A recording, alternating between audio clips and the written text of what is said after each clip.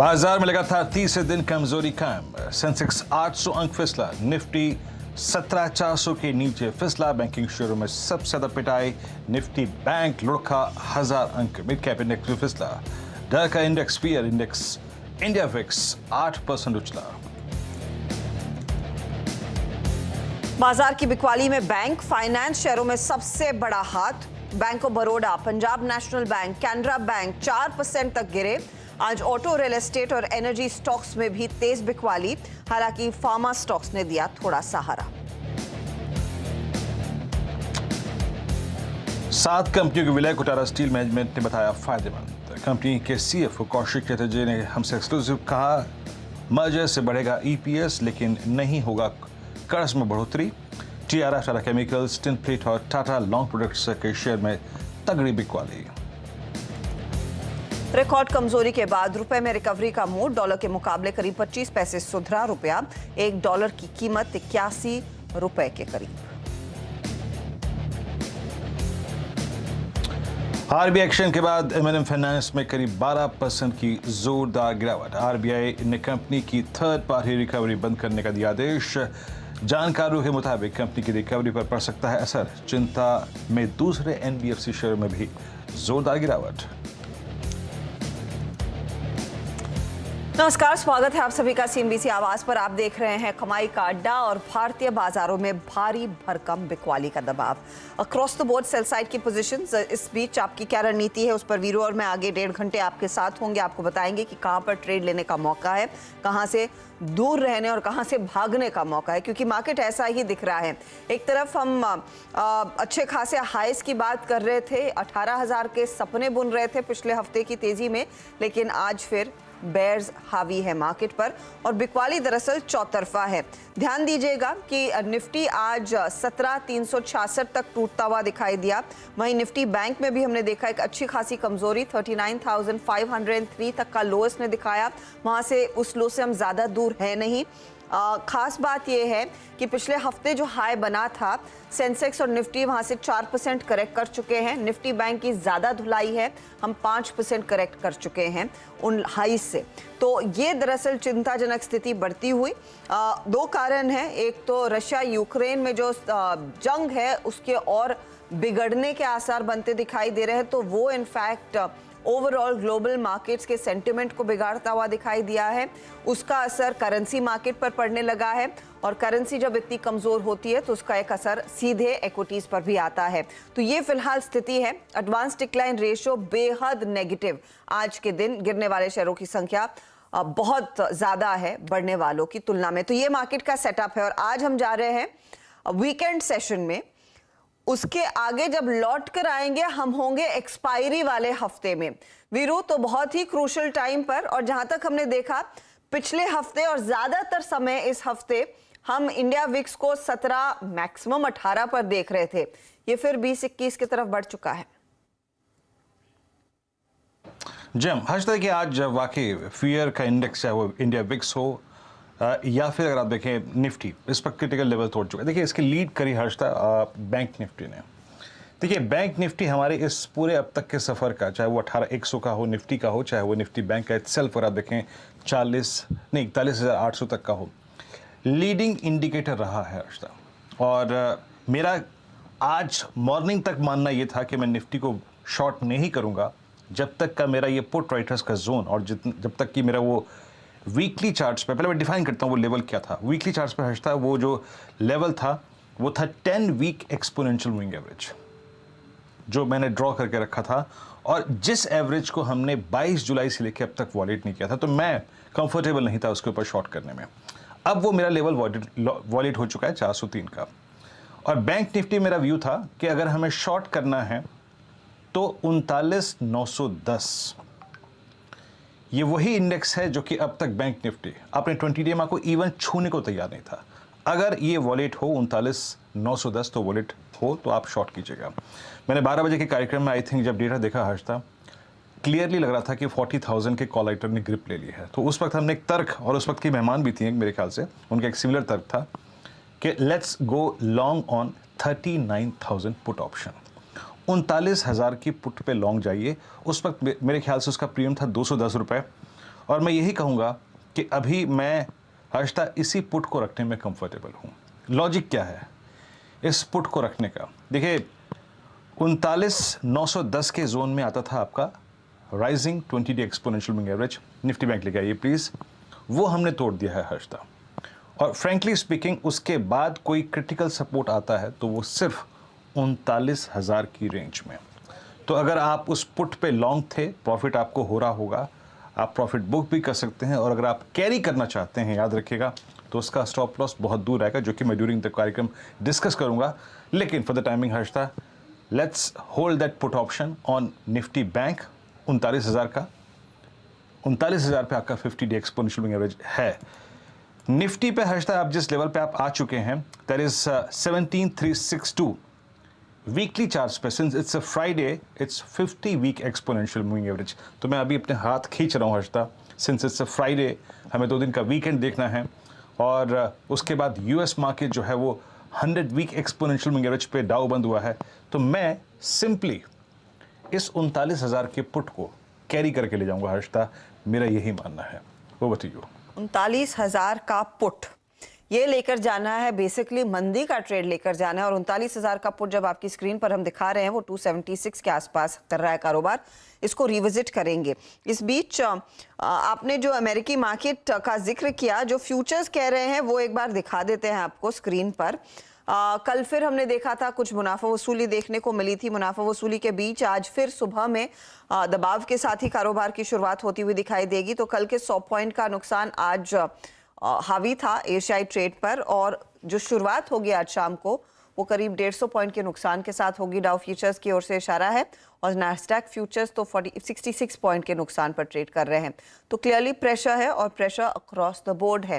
किन किन स्टॉक्स ने यहाँ पर ज़्यादा बिकवाली का दबाव दिखाया है वो अब आपकी स्क्रीन पर फटाफट लेकर आते हैं। आपको ट्रेंड ऐसे दिखाने की ज़रूरत नहीं है, क्योंकि सिर्फ मंदी वाले ट्रेड्स ही छाए हुए हैं। बहुत ही कम काउंटर्स है जहां पर खरीदारी हुई है। पावर ग्रिड आज पिटा है। पावर ग्रिड पावर कंपनियों में अच्छी खासी तेजी दिखा रहा था, इनफैक्ट एक आउट परफॉर्मर रहा है ईयर टू डेट, लेकिन आज 8% का नुकसान यहां पर आता हुआ। 3% पिट चुका है एमएनएम के सामने एमएनएम फाइनेंशियल सर्विसेज, और इसने दरअसल मार खाई है। बाकी एनबीएफसीज को भी नीचे खींचा है, क्योंकि आरबीआई ने साफ कह दिया है कि आपको रिकवरी करनी है तो थर्ड पार्टी का इस्तेमाल बिल्कुल नहीं होगा, आप ही के कर्मचारी जाकर रिकवरी करेंगे। और वो स्टॉक 13% नीचे आ चुका है। एचडीएफसी पर भी आज भार पड़ता हुआ करीब 3% तक का नुकसान देखने को मिला है। एक्सिस बैंक हो, चोला इन्वेस्टमेंट हो, वो एमएनएम का इम्पैक्ट यहाँ पर आता हुआ। पीएसयू बैंकों में पीएनबी, कैनरा जैसे काउंटर्स 5% क्रैक दिखाते हुए। तो अक्रॉस द बोर्ड आप देखेंगे मंदी, और सिर्फ मंदी के ही सौदे बनते दिखाई दिए। बहुत ही हल्की सी खरीदारी एफटॉल देखने को मिली है। फार्मा कंपनियों में डीवीज 2.5% ऊपर, सिप्ला में 1.5% तक का इजाफा। आज डॉक्टर लाल में हमने देखा थोड़ा सा पुल बैक आया। अंबुजा सीमेंट हल्की सी बढ़त 1.5% की मूव्स दिखा रहा है। तो ये फिलहाल मार्केट का हाल है, लेकिन हाल ज़्यादा बिगड़ा हुआ है और वो चिंता को और बढ़ा रहा है। ऐसे में हमारे जानकार आपको बताएंगे इस वीकेंड सेशन में फिर आपकी क्या तैयारी होनी चाहिए। राजेश अग्रवाल को हम कोलकाता से जोड़ेंगे, मुंबई से प्रकाश गाबा हैं, आशीष बहेती भी पुणे से जुड़ रहे हैं। इसके अलावा हम राजेश सातपुते, मानस जायसवाल और कविता जैन को कार्यक्रम में जोड़ेंगे। उनसे डिटेल में चर्चा होगी कि इस समय सेंटिमेंट उनकी स्क्रीन पर कितना बिगड़ता हुआ दिखाई दे रहा है। मानस जायसवाल से फिर 2:20 पर लेंगे एक सस्ता ऑप्शन 4 का चौका में, और एफएनओ सुपरस्टार आशीष बहेती देंगे। चार्ट का चमत्कार कविता जैन देंगी। मिड कैप फंडा राजेश अग्रवाल देंगे। हम 2:45 पर बात करने वाले हैं इलवाइज एएमसी के सीईओ त्रिदीप भट्टाचार्य से भी डिटेल में इस मार्केट की चाल को और समझने की कोशिश करेंगे कि क्या फंड्स की ओर से अब भारी लिक्विडेशन का डर बढ़ने लगा है। और ऑफ कोर्स हर रोज की तरह आपके लिए लेकर आएंगे क्या चल रहा है भी, तो उसमें भी कुछ इंटरेस्टिंग इनपुट्स हमारी टीम लेकर आएगी। तो ये है फिलहाल मार्केट का हाल, और हाल ज़्यादातर आप कहें बेहाल है। बैंक निफ्टी डे लो 39484, यानी 39,910 से लेकर 39,000 के सफ़र में एक पुट राइटर खड़ा था 35,900 का, 39,500 का। वो भी उसका लेवल भी, उसका पॉइंट भी अब ब्रीच हो गया। मानस, गुड आफ्टरनून कार्यक्रम में स्वागत है। I think if you are short, yes this afternoon belongs to you. और आपकी राय इस वक्त क्या चेज़ करना चाहिए मानस? अब इंट्राडे में हम लगभग 1.5% की निफ्टी पर, बैंक निफ्टी पर 2.8% की, और याद रखिएगा निफ्टी और बैंक निफ्टी की डैमेज में इन टर्म्स ऑफ परसेंटेज करीब 1.3% का अंतर है। वो सुबह फुलफिल कर रहा था आपका निफ्टी आईटी, लेकिन अब निफ्टी आईटी भी लाल निशान में है, और एनबीएफसीज, एमएनएम फाइनेंस वाली खबर ने पूरा का पूरा, अगर आप देखें, ये स्पेस बिगाड़ दिया। मानस, आप क्या लेकर ट्रेड करना चाहेंगे इस क्लोजिंग को? देखिए, शॉर्ट साइड पे ही ट्रेड लेंगे और बहुत इंपॉर्टेंट लेवल्स ब्रीच किए हैं निफ्टी ने। स्पेशली निफ्टी की अगर बात करें तो वहां पर आपको 100 डॉलर पैटर्न का ब्रेकआउट दिखेगा, और अभी कुछ मिनटों पहले ही 50 डे मूविंग एवरेज भी ब्रीच हो गया। और मैं उम्मीद कर रहा हूं कि शायद आपको 17,150 तक के स्तर तो आपको इस मूव में देखने को मिल जाएंगे। तो 200 रुपए का डाउन साइड अभी बाकी है। तो हिंडाल्को भी बिकवाली करने की राय रहेगी। देखिए, हिंडाल्को ने भी एक सपोर्ट था अमेरिका से 405 के आसपास, उसको ब्रीच किया है, उसके नीचे फिसला है। तो करंट लेवल्स पे आप हिंडाल्को में एक सेल कॉल ले सकते हैं, जहां आपके स्टॉप लॉसेस 406 के रहेंगे, लेकिन नीचे की तरफ टारगेट करीब 375 तक के देखने को मिल सकते हैं। तो 20-22 रुपए का डाउन साइड आपको हिंडाल्को में देखने को मिल सकता है। यहाँ पर बिकवाली करने की राय रहेगी। और यहाँ पर ऑप्शन ट्रेड भी ले सकते हैं। 395 का कॉल ऑप्शन, पुट ऑप्शन ले लीजिए, जो कि 8 रुपए के आसपास ट्रेड हो रहा है। वहां पर खरीदारी करिए, 4 रुपए का स्टॉप लॉस रखिए और 15 रुपए की टारगेट सेट करिए। हिंडाल्को मेटल्स में आपने यहाँ पे एक सेल कॉल लिया है। एक सेकेंड, हिंडाल्को का ट्रेड स्क्रीन पे रखिएगा, और आप जब हिंडाल्को को सेल साइड पे ले रहे हैं, और एक सेकेंड, हिंडाल्को, और आप यहाँ पे लॉन्ग पुट की रिकमेंड कर रहे हैं 396 at day low. Yes, Hindalco ने क्या है, it's a fresh breakout. Please candlestick chart रखिएगा। जब हम कोई ट्रेड दे रहे हैं तो उसकी अगर आप देखें तो परिभाषा भी हमको देनी पड़ेगी। पोस्ट 2 अगस्त अब तक की जो रेंज थी, जो बेस था, वो 396 पर आपने वॉलिड कर दिया है। राजेश सतपुते जी, आपके कैरी करेंगे, बताइए इस ट्रेड, इस क्लोजिंग में। Good afternoon Viren, good afternoon everyone. Viren, देखिए, फाइनेंस में वीकनेस है, लेकिन कुछ जहां पे ब्रेकडाउन्स आ रहे हैं उसमें से एक जो प्रोमिनेंटली दिख रहा है वो है चंबल फर्टिलाइजर। वॉल्यूम के साथ यहाँ पे ब्रेकडाउन हुआ है, 332 के आसपास ये फ्यूचर में ट्रेड हो रहा है, तो it's a cell below 335। That is what the chart is suggesting. तो आपको 335 के नीचे इसको बेचना है, 340 का stop loss, and according to chart इसका जो सपोर्ट आ रहा है वो थोड़ा डीप आ रहा है, 310 तक जाएगा, यानी 20-22 रुपए का फॉल इस चंबल फर्टिलाइजर में आएगा। तो चंबल फर्टिलाइजर ये मेरा सेल कॉल पर। चंबल फर्टिलाइजर में बिकवाली का ट्रेड इस समय लेकर चले। इनफैक्ट आज खिलाड़ी नंबर 1 में भी इस स्टॉक की बात हुई थी, जहां पर एक शॉर्ट का ही आइडिया हमारे एक जानकार ने दिया था। 4% टूट चुका है ये स्टॉक। राजेश सातपुते कह रहे हैं 310 के टारगेट के लिए शॉर्ट करें इसे। काबा साहब, आफ्टरनून, बताइए आपका ट्रेड क्या होगा? Good afternoon to you. वो भी शॉर्ट साइड रहेगा और वो होगा State Bank of India sell 556 या 556 का ये स्टॉप होना चाहिए। डाउन साइड ओपन टू 540, तो 540 तक स्लाइड हो सकता है। 556 का स्टॉप होना चाहिए स्टेट बैंक ऑफ इंडिया। मंदी और सिर्फ मंदी के सौदे यहाँ पर सामने निकल कर आ रहे हैं। भैती साहब, आपका क्या इरादा है?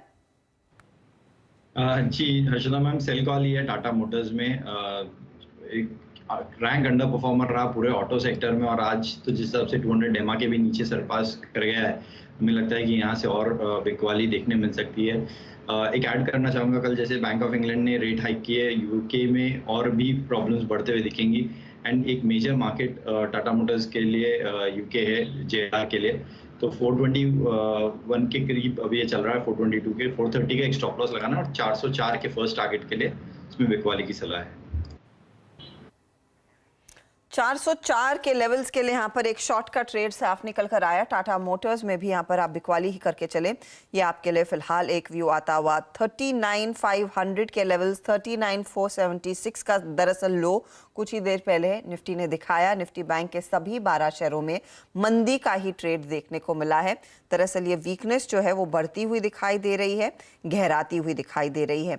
आपको बता दें, यहाँ पर जो सबसे ज्यादा मार खा रहा है इस घंटे स्टॉक, जहां पर हर टिक के साथ बिकवाली बढ़ रही है, उसमें अब गिनती ग्रासिम की है। हिंडाल्को की हम बात कर ही रहे थे, उस पर मानस ने भी एक व्यू दिया, लेकिन ग्रासिम भी लेकर आए तो वो स्टॉक भी टूटा है और बिखर रहा है। श्री सीमेंट इसके ठीक पीछे है, यहाँ पर प्रेशर और बिल्ड होता हुआ। ग्रासिम पर कोई व्यू आपका इस समय? क्या एक अग्रेसिव शॉर्ट खड़ा किया जाए इन लेवल्स और आज की चाल को देखकर, मानस? तो देखिए, अभी थोड़ा इंतजार करना आई थिंक बेहतर रहेगा। जो कल के लोज हैं, एक बार वो ब्रीच हो जाते हैं, 1685 के नीचे स्टॉक चला जाता है और वहां पर ट्रेड होने लगता है, तब आप सेल कॉल लीजिए। इसमें कोई डाउट नहीं कि यहाँ पर कुछ इंपॉर्टेंट लेवल्स ऑलरेडी ब्रीच हो चुके हैं, 20 डे मूविंग एवरेज ब्रीच हुआ है, लेकिन एक वो लेवल 1685 का वो एक बार ब्रेक हो जाएगा, तब आपको गिरावट बढ़ते हुए दिखेगी और उस केस में 1625 तक के डाउन साइड आपको देखने को मिल जाएंगे। तो थोड़ा वेट करिए, 1685 के नीचे शॉर्ट करेंगे 1706 के स्टॉप लॉस के साथ। ग्रेसिम आपकी स्क्रीन पर आप देखें वीकनेस दिखाता हुआ, इनफैक्ट वीकनेस सब जगह है, लेकिन आज कुछ डिफरेंट है। आई मीन फार्मा में कुछ डिफरेंट है, अगर आप देखें डायग्नोस्टिक स्टॉक्स में, और कुछ डिफरेंट है कुछ आप एफएमसीजी स्टॉक्स में। और जैसे कि हम कल से बात कर रहे हैं कि बहुत बहुत टाइमली, बहुत ही अगर आप देखें एक कगार पे बाजार ने अपने आप को, अगर आप देखें डिफेंसिव्स की तरफ मोड़ लिया। कल एफएमसीजी में बाइंग थी, आज डायग्नोस्टिक्स में, और आज अगर आप देखें तो फार्मा शेयर में बाइंग है। लेट्स चेक ये आपका डॉक्टर लाल पैथलैब फर्स्ट। प्रकाश सर, डॉक्टर लाल पैथलैब आपने 4-5 दिन पहले ही पिक किया था और it's doing well and trading at day high. Sir आपकी राय क्या है ऐसे बाजार में जब हर कोई कुछ हद तक हाइड करने के लिए कुछ ढूंढ रहा है, डॉक्टर लाल पैथलैब में आप कहाँ तक का आप देखें अपसाइड ढूंढ रहे हैं? वीरेन, मेरा टारगेट था 2550 यार, टारगेट मेरे ख्याल से लगभग अचीव हो चुका और 4 दिन की एक तेजी देखी है। जगह तो अच्छी है प्रॉफिट बुक करने की, ब्यूटीफुल जगह है। 4 दिन का 5वां दिन भी हो सकता है आपको मिले, लेकिन यहाँ पर एक सेलिंग प्रेशर आ सकता है। रेसिस्टेंस 2550 पे बहुत स्ट्रांग है, 12 रुपए से कम हुआ है टारगेट, लेकिन मेरे ख्याल से 4 दिन की अच्छी तेजी है, प्रॉफिट बुक कर लेना चाहिए। लेकिन ट्रेंड स्टिल इंटैक्ट है, कॉम्प्रोमाइज नहीं हुआ। हायर टाइम फ्रेम पे देखेंगे तो मुझे लगता है ये 2800 की तरफ जा रहा है। आप ट्रेड कर रहे हैं तो 2497 पर, तो 300 रुपए की तेजी अब भी है, लेकिन आजकल में मुनाफा बुक कर लेना चाहिए ट्रेडर को। ट्रेडर को आजकल में मुनाफा बुक कर लेना चाहिए, बहुत ज़रूरी है। और थोड़ी देर के लिए अगर आप देखिए डिफेंसिस पे रहेंगे, दिवीज लैब को देखिए, the weakest structure in the entire pharma space, सबसे जो कमज़ोर कड़ी थी वो आज पुल बैक मोड में है। आप सिप्ला को देखिए, the strongest structure in pharma space, लेकिन मेरी निगाहें जो थी वो जा रही थी सुबह से आज सन फार्मा पे बार बार। एक बार राजेश सतपुती जी सन फार्मा को देखिएगा, सुबह भी हमने डिस्कस किया था और मेरे ख्याल से सुबह हमने ट्रेड लिया था 909 रुपये के आसपास, और क्या गजब का ट्रेड रहा ये 920। और अगर आप किसी भी स्ट्रॉन्ग बैंकिंग काउंटर के आगे इस चार्ट को खड़ा करते हैं तो एग्जैक्टली अब रेप्लिका हो गया है 2 दिन में। जो वीक था वो स्ट्रॉन्ग है, जो स्ट्रॉन्ग था वो वीक हो गया।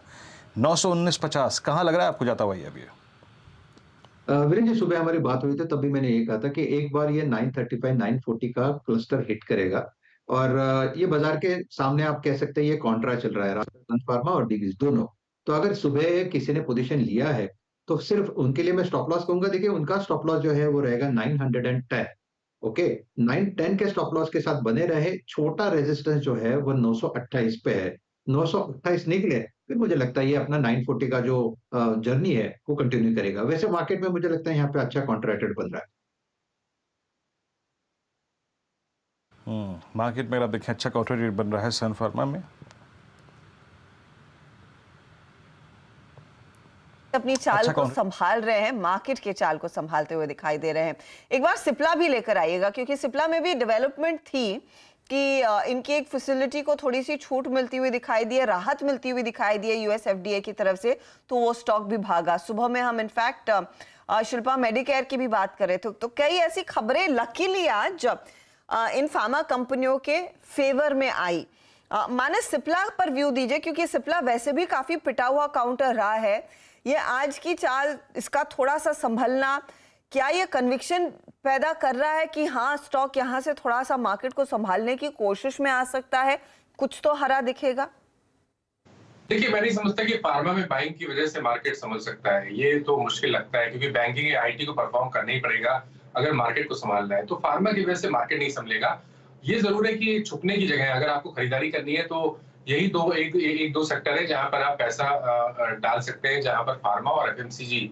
यहाँ पर अभी भी चार्ट्स खराब नहीं दिखते हैं। अगर आप फार्मा में देखिए तो बहुत सारे स्टॉक्स ऐसे हैं, चाहे वो सन फार्मा हो, चाहे औरो फार्मा हो, सिप्ला हो, ये सब ग्रेनुल्स हो, यहाँ पर आपको चार्ट्स अभी भी अच्छे लगते हैं। तो ट्रेडिंग कॉल ले सकते हैं छोटे स्टॉप लॉस के साथ, लेकिन एग्रेसिव होकर लॉन्ग पोजीशन बनाने की राय नहीं रहेगी। कॉल्स छोटे स्टॉप लॉसेस के साथ, लेकिन अग्रेसिव लॉन्ग्स का बाजार ये रहा नहीं है और खासतौर से फार्मा वे में वो मौके आपको नहीं ढूंढने चाहिए। पहले हम बात कर रहे थे, आपको याद होगा, ज्यादातर समय पिछले 2-3 हफ्तों में कि बाय ऑन डिप्स वाला मार्केट है। आज वही कमेंट्री पूरी उल्टी हो गई कि ये डिप पर खरीदने वाला मार्केट नहीं है, इसको संभलने दे, फिर नई तेजी की पोजीशंस में उतरे। राजेश अग्रवाल इस बीच कोलकाता से हमारे साथ जुड़ गए। कोलकाता से आपसे एक अपडेट भी लेंगे। मैंने सुना बड़ी धूम धड़ाके से दुर्गा पूजा की तैयारी हो रही है, उस पर आएंगे जब थोड़ा सा तनाव बढ़ जाए और एक ब्रेक की जरूरत हो। लेकिन ये बताइए, आपका सेंटिमेंट क्या कह रहा है? आपने कैसे पढ़ा इस मार्केट के फॉल को? क्योंकि अभी बिकवाली और डीपन हो रही है। मिड कैप्स देखिए 600 पॉइंट नीचे। अब तक हम इस होप में जी रहे थे कि शायद हम डीकपल हो गए हैं विदेशी प्रॉब्लम से, अमेरिका की टेंशन से। आज का मार्केट वैसा कुछ इशारा नहीं कर रहा है। देखिए, जो पहले तो नमस्कार आप सबको। ये जो मार्केट डीकपलिंग की बात है ना, ये एक दिन के बाजार को या 2 दिन के बाजार को देख करके उसके कयास लगाना मेरे ख्याल से उचित नहीं है। अगर आप देखें तो एक तो ब्याज दरें जिस तरीके से बढ़ाई गई यूएस में, या फिर जो फेड की कमेंट्री हॉकिश आई, और उसके बाद डॉलर में जिस तरीके की तेजी आई है, रुपए में कमजोरी, ये 2 चीजें ऐसी हैं जो हमारे फूफा को नाराज कर रही हैं। दोबारा से वापस से बिक्री आ रही है। लेकिन मुझे नहीं लगता कि लंबी अवधि में इससे कोई बहुत विशेष फर्क पड़ेगा। क्यों कि जो डोमेस्टिक फैक्टर्स हैं वो अभी भी पॉजिटिव है। हमने देखा है इन्फ्लेशन में थोड़ा दबाव आते हुए। हो सकता है कि इस बार के आरबीआई की मीट में वो भी वही करे जो एग्रेसिव 50 बेसिस पॉइंट्स तक की हाइक हो सकती है। लेकिन मुझे नहीं लगता है कि जिस तरीके से इन्फ्लेशन दबाव में आ रहा है, या मॉनसून ठीक ठाक आया है, आने वाले दिनों में जो कंजम्पशन बढ़ रहे हैं, या जीएसटी के नंबर्स आए हैं अच्छे, उन सब चीज़ों के मद्देनज़र आने वाले दिनों में जो मध्यम से लंबी अवधि के निवेशक हैं, उनके लिए ये अपॉर्चुनिटी है एक बाइंग की। आज विक्स भी थोड़ा ऊपर है, इस वजह से दबाव दिख रहा है। आपसे मैं एक बात शेयर करना चाहता हूँ कि अभी आप देखो, फ्लिपकार्ट, अमेजन, मिंत्रा, सब में सेल लगी हुई है, और आपके बिल्डिंग के नीचे लिफ्ट के बाहर देखोगे तो आप डिलीवरी बॉयज़ की लाइन लगी हुई है। कहने का दारोमदार ये है कि वहाँ सेल लगती है तो लोग दौड़ के जाते हैं लेने के लिए, और हमारे बाज़ारों की विडंबना ये है कि जब सेल लगती है तो लोग भाग जाते हैं और ख़रीदना नहीं चाहते। लेकिन ये एक अच्छी अपॉर्चुनिटी है। आपको कल तक कोई स्टॉक बहुत अच्छा लगता था, आज वो 10%, 15% नीचे मिल रहा है, और आप मध्यम से लंबी अवधि के निवेशक हो, फंडामेंटल्स में ऐसे कोई चेंज हुए नहीं है, आप बिल्कुल खरीदारी कर सकते हो। तो जब आप कह रहे हैं कि सेल लगी हुई है, और आपकी स्क्रीन पर आप देखिए मेटल्स में, बैंकिंग में सेलिंग है, एफएमसीजी में, डायग्नोस्टिक स्टॉक्स में और फार्मा स्टॉक्स में बाइंग है, आप क्या प्रेफर करना चाहेंगे? मतलब सही बात उर्दू में बोलो तो नोश क्या फरमाएंगे आप? देखिए, नोश फरमाने के लिए तो ऐसा है कि बुफे लगा हुआ है साहब, और इसमें कई आइटम्स लगे हुए हैं, समय की भी एक सीमा है। तो एक आध की बात करूं तो मुझे लगता है कि दीपक नाइट्राइट पे नज़र रखनी चाहिए। अच्छा खासा करेक्ट हो चुका है स्टॉक, 100 के ऊपर प्रोडक्ट हैं। जो 1400 करोड़ का उनका एक्सपेंशन था वो लगभग पूरा हो चुका है। डिमांड अच्छी खासी बढ़ती हुई नज़र आ रही है, और FY 23 तक मुझे लगता है कि इतने 15 बिलियन के एक्सपेंशन के बाद भी कैश पॉजिटिव होती हुई कंपनी नज़र आएगी। इस तिमाही के नतीजे थोड़े दबाव में थे। कारण था, एक तो रॉ मटेरियल के प्राइसेस बढ़ गए थे, दूसरे उनके फायर इंसिडेंट हो गया था। लेकिन लंबी अवधि के निवेशक के लिए मुझे लगता है कि एक अच्छी अपॉर्चुनिटी है। मध्यम अवधि में की बात करूं, 1 से 2 क्वार्टर की, तो 2500-2600 के टारगेट लेके इसमें खरीदारी की जा सकती है। दूसरे, अंबुजा सीमेंट हमें बहुत अच्छा लगता है। एक तो कैपेसिटी एक्सपेंशन जो वो कर रहे हैं 3 स्टेट्स में, छत्तीसगढ़, बिहार और पंजाब में, वो चल रही है। दूसरे, जिस तरीके से इनके नए प्रोमोटर्स ने कहा है कि आने वाले दिनों में कैपेसिटी डबल करेंगे, वो एक बहुत बड़ा पॉजिटिव है। सीमेंट की डिमांड बढ़ रही है। हमें ये नहीं भूलना चाहिए कि सरकार का रवैया इंफ्रास्ट्रक्चर ग्रोथ की तरफ है, रियल एस्टेट में अफोर्डेबल हाउसिंग की तरफ है। इन सब चीज़ों के बीच में मुझे लगता है कि अंबुजा में भी बिल्कुल ध्यान देना चाहिए, यहाँ भी अच्छी बढ़त हो सकती है। चलिए, तो ये है आपकी, अगर आप देखिए, प्रेफर्ड बाइंग लिस्ट। अब एक काम करते हैं, यहाँ से सस्ता ऑप्शन पिक कर लेते हैं, और सस्ता ऑप्शन आज आ रहा है मानस जी के सौजन्य से। मानस जी, आज तो लॉटरी लगी हुई है शॉर्ट साइड में खेलने की, बताइए क्या पिक कर रहे हैं आप? तो बिल्कुल लॉटरी लगी हुई है शॉर्ट साइड पे प्ले करने के लिए। तो देखिए बैंकिंग में सबसे ज्यादा वीकनेस और बहुत सारे बैंकिंग स्टॉक्स हैं जिन्होंने कुछ इंपॉर्टेंट लेवल्स ब्रेक किए हैं और उनमें से एक फेडरल बैंक है। अगर आप फेडरल बैंक के चार्ट को देखें तो काफी समय के बाद 20 मूविंग एवरेज के नीचे फिसला है, काफी आउट परफॉर्मेंस हमने पहले देखा, लेकिन आज के पैटर्न को देख के लगता है कि स्टॉक तैयार है एक फ्रेश डाउनसाइड के लिए, जिसमें करीब 7 से 8 रुपए का डाउनसाइड आपको फेडरल बैंक में देखने को मिल सकता है। इसलिए इसके ऑप्शन में खरीदारी करेंगे। 117 का पुट ऑप्शन लेंगे। 117 का पुट ऑप्शन चल रहा है 2 रुपए के आसपास, वहां खरीदारी करिए। 1 रुपए का स्टॉप लॉस रखिए और कम से कम 5 रुपए की टारगेट सेट करिए। 117 का फेडरल बैंक का पुट लेकर चले और यहाँ पर देखिए एक मंदी का ट्रेड इस समय आ रहा है और federal bank in fact top picks में शामिल था। अगर आपको याद होगा मिड कैप बैंकों की अब जब हम बात करते थे, और आज का मूव पूरी तरह से दिल तोड़ रहा है उन सभी निवेशकों का जो बैंकों को लेकर काफी ज्यादा आश्वस्त थे और भरोसा कर रहे थे कि ये इनफैक्ट हमें दिवाली तक न्यू हाइस तक पहुंचाएगा। 1125 अंकों की गिरावट बाय द वे समय निफ्टी बैंक आपके सामने कर रहा है पेश। अच्छा, एक ट्रेड और जो मैं आपके लिए पेश करना चाहूंगी और अग्रवाल साहब बताएंगे ये क्या करेक्शन ही है या फिर कुछ और देखा मार्केट ने। पावर ग्रिड का स्टॉक 9% के नुकसान पर आज पूरे दिन पिटा है और हर टिक के साथ यहां पर बिकवाली की पोजीशंस बढ़ती दिखाई दे रही हैं। तो ऐसा नहीं है कि कहीं पे स्टेबल हुआ। देखिए कहां था वो काउंटर और कहां आकर इस समय ट्रेड करता हुआ दिखाई दे रहा है। ये कोशिश तो कर रहा था, इनफैक्ट आपको याद होगा यहाँ पर अनुमान यही था कि अब न्यू ब्लू स्काई टेरिटरी में जाता हुआ दिखाई देगा। Year to date top performers में से एक था, लेकिन आज के आज ही काफी ज्यादा दबाव इसमें देखने को मिला है। अग्रवाल साहब, क्योंकि सबसे ज्यादा चला है इसीलिए करेक्शन आया है या कुछ और है? देखिए ये जो स्टॉक्स थे ना, power grid, PFC, REC, NTPC, ये अगर आप ध्यान दो तो पिछले 5-6 साल से चलते ही नहीं थे। एक जगह खड़े थे, ना गिरते थे ना बढ़ते थे, वैल्यूएशन अच्छे थे, लोग खुश थे। लेकिन पिछले कुछ दिनों से, खास करके लास्ट 3-4 महीने 6 महीने में ये स्टॉक बहुत अच्छे चले हैं। कई कई जगह तो 30-30, 40-40% तक की बढ़त दर्ज की है। एक तो वो कारण है। दूसरा कारण अगर आप कहूँ तो कुछ दिन पहले एक ऐसी खबर आई कि पीएफसी के जो स्टेक आरईसी में पड़े हैं वो पावर ग्रिड को दिए जा रहे हैं। तो अब निवेशकों में ये आशंका बनी कि शायद इनके कैश निकल जाएगा और आगे आने वाले दिनों में दिक्कतें होंगी। ये सब चीज़ों के कारण से यहाँ दबाव दिखा जा रहा है। अदरवाइज वैल्यूएशन के लिहाज से मैं समझता हूँ कि बहुत अच्छा स्टॉक है। 6% के आसपास की तो आपकी डिविडेंड यील्ड ही बैठ रही है, 4-5 की पीई पे ट्रेड कर रहा है। शॉर्ट टर्म में ये दबाव बिल्कुल बना रहेगा, क्योंकि इसके पहले भी जब आरईसी में पीएफसी गया था तो हमने यही सेम स्टोरी होती हुई देखी थी। तो इस वक्त दबाव में है, थोड़ा करेक्शन और हो सकता है, no doubt, but dividend yield वगैरह के हिसाब से जो लोग सिर्फ लंबी अवधि में उतना रिस्क नहीं लेना चाहते और डिविडेंड वगैरह से खुश हैं, उनके लिए उपयुक्त स्टॉक है। इनफैक्ट यहाँ पर वो लोग भी लेने लगे थे जो डिविडेंड यील्ड वाली स्टोरी को ज्यादा चेज नहीं करते थे, और आज देखिए काफी तगड़े वॉल्यूम्स के साथ स्टॉक में गिरावट बनती हुई दिखाई दी। इनफैक्ट 3 गुना ज्यादा वॉल्यूम्स पर बिकवाली आई है और वही चौंकाने वाली बात है। हाल फिलहाल में जिस तरह का एक्शन इसने दिखाया है उसके मद्देनजर ये बताइए मुझे राजेश सातपुते, अब ये स्टॉक कहां पर आपको लग रहा है थोड़ा सा संभल सकता है? कोई खास ऐसा लेवल है जिसका जहन में रखना चाहिए जो शायद सपोर्ट के तौर पर काम करे? हर्षद जी देखिए, इसमें 220 के आसपास एक इंपॉर्टेंट सपोर्ट था। जैसे वो टूटा 200 डे में भी एक ही झटके में टूटा, तो ये अभी इट हैज लैंडेड एग्जैक्टली कि जहां पे पैटर्न है वो है 200 का स्ट्राइक। लेकिन जिस तरह से इसका जो प्रेशर है, मोमेंटम है, वो देख के लगता है कि अकॉर्डिंग टू वीकली चार्ट ये 190 तक मुझे लगता है कि आने वाले दिनों में फिसल सकता है। हालांकि यहाँ पे सेल का कोई कॉल नहीं बनेगा क्योंकि रिस्क टू रिवॉर्ड मैच ही नहीं होगा, लेकिन इतना तो क्लियर है कि लेवल टू लेवल अगर सोचना है तो 200 के बाद मुझे लगता है 190 का लेवल एक बार के लिए हिट कर सकता है।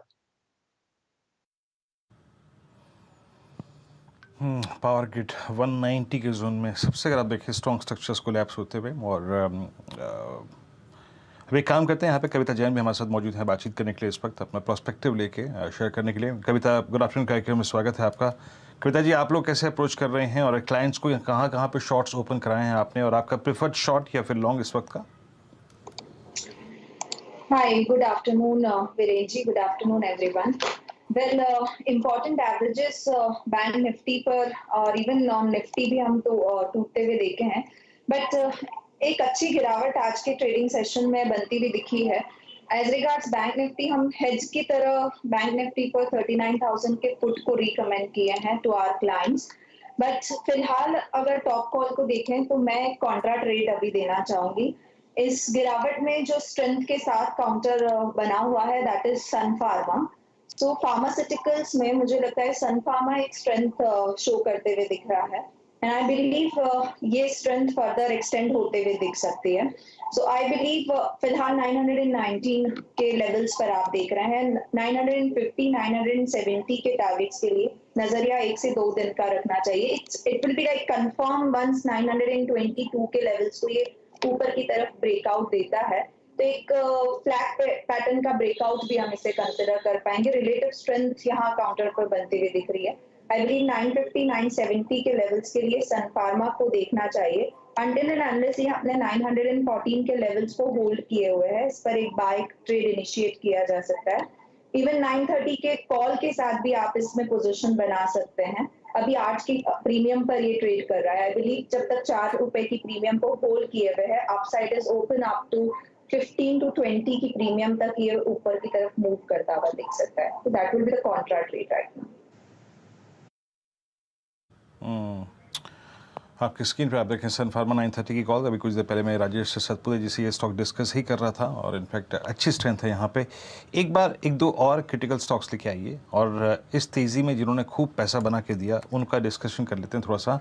लेट्स ब्रिंग सिमंस 2854 2854 के स्तर पर आके ट्रेड करता हुआ। मानस अभी इसका 50 डे में काफ़ी नज़दीक आ गया है और पिछले 5 सेशंस का इनफैक्ट 6-7 सेशंस का सेल ऑफ बहुत शार्प रहा है।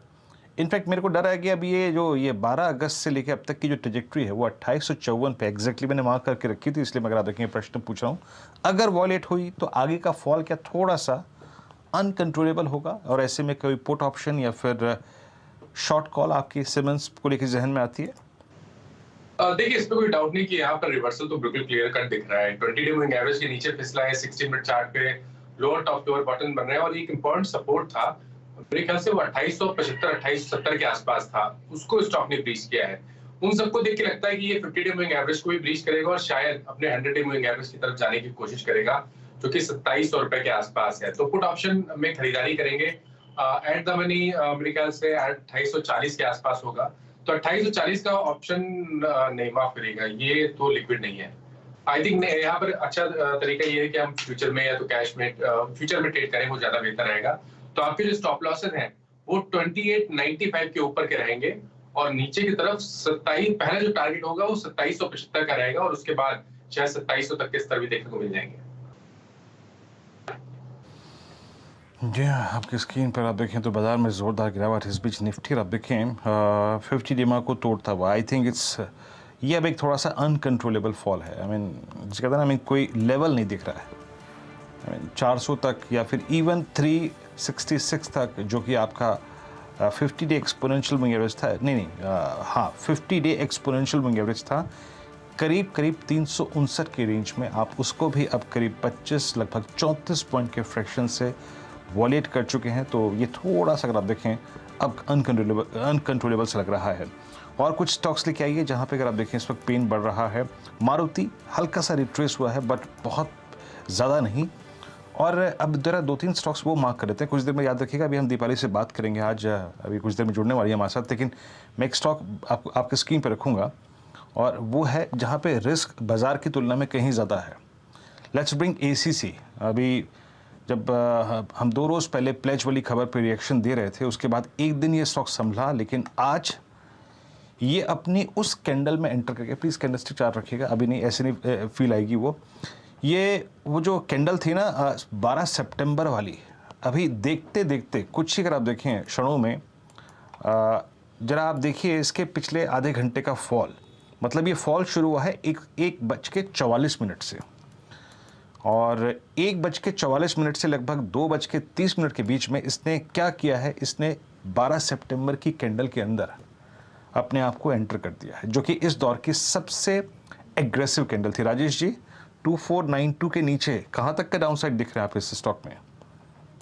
वीरेंद्र जी देखिए, अगर एसीसी में ये लेवल ब्रीच होता है यानी 2470 to be very precise on futures, ये तो 2470 के अगर नीचे चला जाता है तो फिर मुझे लगता है वीरेंद्र जी ये 50 डीएमए की तरफ टूटेगा करीबन 2350 2370 तक। आप कह सकते हैं कि 100 कम से कम 100 रुपए का फॉल आएगा, लेकिन उसके होने के चांसेस भी बहुत ज्यादा है, क्योंकि अगर आप ओवरऑल देखो तो ओवरऑल इस सेक्टर में प्रॉफिट टेकिंग अच्छी आ रही है। आप ग्रासिम देखिए, अल्ट्राटेक देखिए, रैमको देखिए, डॉक्टर्स देखिए, दालमिया देखिए, तो कहीं ना कहीं अगर आपके पास पोजीशन है then one needs to be very cautious. आपका एक स्टॉप लॉस फिक्स लगा दीजिए 2470 पे। अगर टूटता है तो अगर आपकी कम पोजीशन है तो आपको एग्जिट लेना है फॉर द टाइम पे। ठीक है, तो ये देखिए एसीसी में एक ट्रेड आता हुआ, ये एक आपके लिए मौका यहाँ पर बिकवाली बढ़ती हुई, लेकिन एक बहुत ही इंटरेस्टिंग फ्लैश आ रहा है। यूके के फाइनेंस मिनिस्टर की तरफ से बयान आया है। दो खबरें हैं इसमें। एक तो पॉजिटिव, बड़ा पॉजिटिव है आपके टाटा मोटर्स के लिए, और ये है कि कॉर्पोरेट टैक्स बढ़ाने का जो प्रस्ताव था, और कॉर्पोरेट टैक्स करीब करीब 25% बढ़ाने का प्रस्ताव था, उस फैसले को टाल दिया है। वाइन और बियर पर ड्यूटी बढ़ाने का प्लान था, उसे भी टाल दिया है। तो कॉर्पोरेट्स के लिए पता नहीं कितना रिलीफ है, लेकिन यूके की जनता के लिए तो रिलीफ है ही इस तरह का डिसीजन आना। इस तरह के मार्केट में जब ऐसी कोई खबर आ जाए, थोड़ा सा लाइट मोमेंट पैदा कर देती है कि वाइन और बियर पर ड्यूटी बढ़ाने की योजना जो थी रद्द हो गई है। वीरू, वहां से कोई आ रहा है और आपको कुछ मंगाना है तो मौका सही है, महंगा नहीं मिलेगा कुछ भी। नहीं, हमारे जानकार दुबई में है, यूके में तो कोई नहीं है। हाँ, एक है, आईटी स्पेस का मेरा एक मित्र, बट अब वो रिसेंटली अगर आप देखें हर्षा वहाँ पे गया है रिसेंटली, तो अभी तो नहीं है, लेकिन फिर भी अगर आप देखें आपने मुस्कुराहट तो चेहरे पे रखी है। खबर कहीं से भी आए, but it's directly correlated to Tata Motors. और टाटा मोटर्स को स्क्रीन पे लेके आइएगा प्लीज़ एक बार जरा, आपकी स्क्रीन पे टाटा मोटर्स क्या कर रहा है। लेकिन टाटा मोटर्स याद रखिएगा इस वक्त खुद ही एक बहुत वीक स्ट्रक्चर है, बहुत ही वीक स्ट्रक्चर है। इट्स 421। टाटा मोटर्स को लेके मैं एक बार बताऊं, ये एक बार जरा काम करेंगे, Nifty auto plus Tata Motors का क्रॉस कॉम्बिनेशन चार्ट रखिएगा स्क्रीन पे, तब आपको बिलीव होगा कि क्या हो रहा है। क्या एमएनएम ने मूव दिया, क्या मारुति ने मूव दिया। मारुति अपनी ऑल टाइम हाई ट्रेजेक्टरी के पास था पैसेंजर व्हीकल सेगमेंट में, एंड टाटा मोटर्स 200 डेमा के नीचे। कितना बड़ा डाइवर्जेंस आप देख रहे हैं मानस। ये टाटा मोटर्स एक टिपिकल राउंडिंग टॉप की डेफिनेशंस को पूरा करता हुआ, पूरा कर, ये देखिए ये ब्लू लाइन और ये रेड लाइन, एक टिपिकल राउंडिंग बॉटम की सारी जो होती है ना, प्रॉपर्टीज उसको पूरा करता हुआ। टाटा स्टील पर, ये टाटा मोटर्स पे आपकी राय क्या होगी इस वक्त? देखिए वीक स्ट्रक्चर है, 200 डे मूविंग एवरेज के नीचे फिसल गया है। एक प्राइस सपोर्ट था 425 रुपए का, उसको स्टॉक ने ब्रीच किया है, तो अब तो ये 400 रुपए की तरफ जाने की कोशिश करेगा। आई थिंक अगर यहाँ पर आपको मंदी को प्ले करना है, तेजी तो नहीं करनी है फिलहाल के लिए, अभी तेजी नहीं करनी है। तेजी करेंगे तो 435 के ऊपर ही करेंगे। अगर मंदी के लिए ट्रेड लेना है तो 420 का पुट ऑप्शन लिया जा सकता है। आई थिंक वो 8 रुपए के आसपास ट्रेड हो रहा है, वहां पर आप खरीदारी करिए, 4 रुपए का स्टॉप लॉस लगाइए, और 15 से 17 रुपए तक के भाव आपको इस पुट ऑप्शन में 420 के पुट ऑप्शन में देखने को मिल जाएंगे। देखो मूड इतना खराब है कि अच्छी खबर पे भी मानस जी शॉर्ट का ही ट्रेड दे रहे हैं, क्योंकि वही दिख रहा है। तो बेसिकली 420 का आप पुट लेकर चले। टाटा मोटर्स में रिवर्सल के फिलहाल कोई संकेत नहीं दिख रहे हैं, भले इनके लिए खबर थोड़ी सी पॉजिटिव जरूर हुई हो। और ये जो वाइन, क्या ये लिकर पर भी था, हार्ड लिकर पर भी था, या वाइन और बियर पर ही हमने पढ़ा? वाइन और बियर पढ़ा हमने। वाइन और बियर ही पढ़ा। तो वाइन डियाजो बनाती है या नहीं बना? वाइन का बनाती है, हाँ। तो ये हार्ड लिकर पर बलता तो यूएसएल के लिए पॉजिटिव होता, क्योंकि Diageo of course London headquartered company है। यूबीएल पे पता नहीं कितना फर्क पड़ेगा, लेकिन आइदर वेज ये डेवलपमेंट यूके से आते हुए दीपाली भी तैयार है जो बताएंगे यहाँ पर भारत में क्या चल रहा है। और ऑफ कोर्स एक जो पिटा हुआ सेक्टर आज दिखा एनबीएफसीज का, उस पर भी बात करेंगे। नीरज जी स्टूडियो में आ चुके हैं। वेरी क्विकली इस बीच सस्ता ऑप्शन और बहेती जी की बारी, तो उसकी तैयारी उन्होंने कर ली है। एफएनओ का सुपरस्टार अब करते हैं आपके लिए पेश। बताइए आशीष जी क्या है? हर्षिता मैम, टाटा पावर में बिकवाली की सलाह रहेगी। जो क्रैकडाउन जिस हिसाब से आया है टाटा पावर में, हमें लगता है कि अब ये 200 डेमा के तरफ अप्रोच कर रहा है, तो 218 के करीब का जो टारगेट है सेलिंग के साइड में सलाह रहेगी फॉर द टारगेट ऑफ 218, और जो स्टॉप लॉस स्टॉक में मेंटेन करना है वो है 228 के करीब का। 218 के लिए शॉर्ट का ट्रेड। दरअसल टाटा पावर में कुछ देर पहले हमने पावर ग्रिड पर ये देखा 190 तक के स्तर आ सकते हैं। अब टाटा पावर की बारी, जहां पर भारी बिकवाली और बढ़ती हुई दिखाई देगी। 218 के लिए शॉर्ट करना है। स्पीच याद रखिएगा, 17,300 कभी भी टूट सकता है निफ्टी पर। 320 अंकों के नुकसान पर हम बैठे हैं और निफ्टी बैंक में भी बिकवाली का दबाव गहराता हुआ 39,450 का लो छुआ था, उसी के आसपास इस समय ट्रेड दिख रहा है। 700 पॉइंट नीचे मिड कैप इंडेक्स। लेकिन एक और चीज, एक और सेक्टर जिसने काफी सेंटिमेंट को बिगाड़ा है, बैंकिंग और बैंकों के साथ साथ एनबीएफसी स्टॉक्स, उनकी बात करेंगे और दीपाली को भी जोड़ने वाले हैं क्या चल रहा है कि अंश के लिए। लेकिन एनबीएफसीज में इतनी धुलाई हुई, ये लीडरशिप ली है आज अनफॉर्चुनेटली एमएनएम फाइनेंस ने। डर इतना क्यों बाकी कंपनियों में बढ़ गया? नीरज जी, क्या हो रहा है यहाँ? देखिए, खबर तो एमएम फाइनेंशियल्स के लिए थी, लेकिन उसका असर फिर दूसरे एनबीएफसीज में भी देखने को मिला। कल शाम को एक खबर आई कि एमएम फाइनेंशियल्स की जो थर्ड पार्टी रिकवरी सर्विस है, एजेंट यूज़ करते हैं वो, उस पर कंप्लीट बैन इमीडिएट इफेक्ट से लगा दिया गया है। पिछले दिनों आपको याद होगा कि झारखंड के हजारीबाग में एक घटना हुई थी जिसमें एक लेडी की डेथ हुई थी। उसके बाद आरबीआई ने ये फैसला लिया कि अब आप जो है थर्ड पार्टी के ज़रिए कोई भी लोन रिकवरी नहीं करेंगे, केवल अपने कर्मचारियों के थ्रू कर सकते हैं।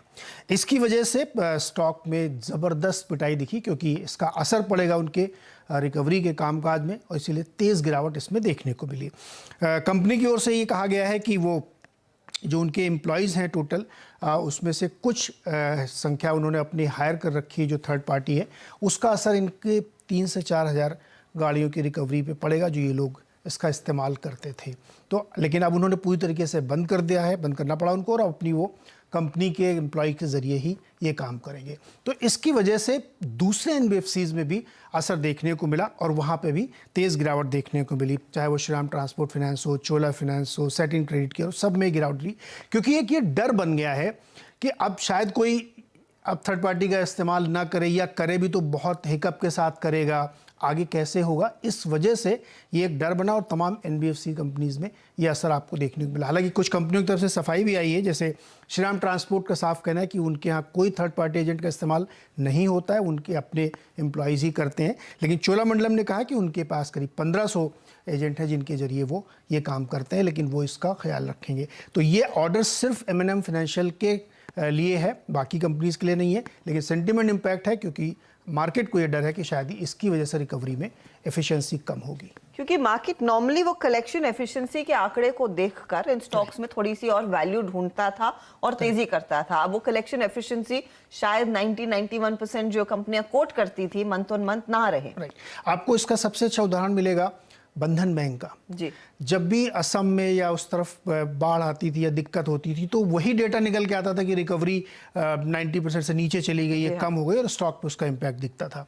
अब ये एक नई तरह की समस्या खड़ी हुई, तो इसका इम्पैक्ट डेफिनेटली आएगा। और बहुत पुरानी याद अगर आपको हो तो एसकेएस माइक्रो फाइनेंस में भी ऐसी बड़ी दिक्कत आई थी और कंपनी को आंध्रा सरकार, उस समय आंध्रा बंद कर दिया था पूरा तरीके से।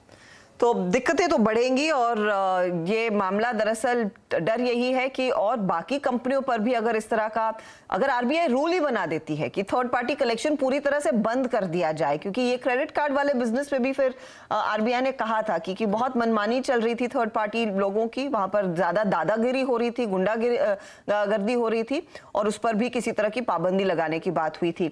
ये स्टॉक्स गाबा साहब कितने और टूट सकते हैं? एमएनएम फाइनेंस देखिए, चोला ने क्लैरिफिकेशन दिया, उसके बावजूद पिटा है, और श्रीराम ट्रांसपोर्ट का भी यही हाल है। जो गैप डाउन खुला है उससे लगता है कि ये यहाँ पर थमेगा नहीं, लो लेवल और भी देखने को मिल सकते हैं।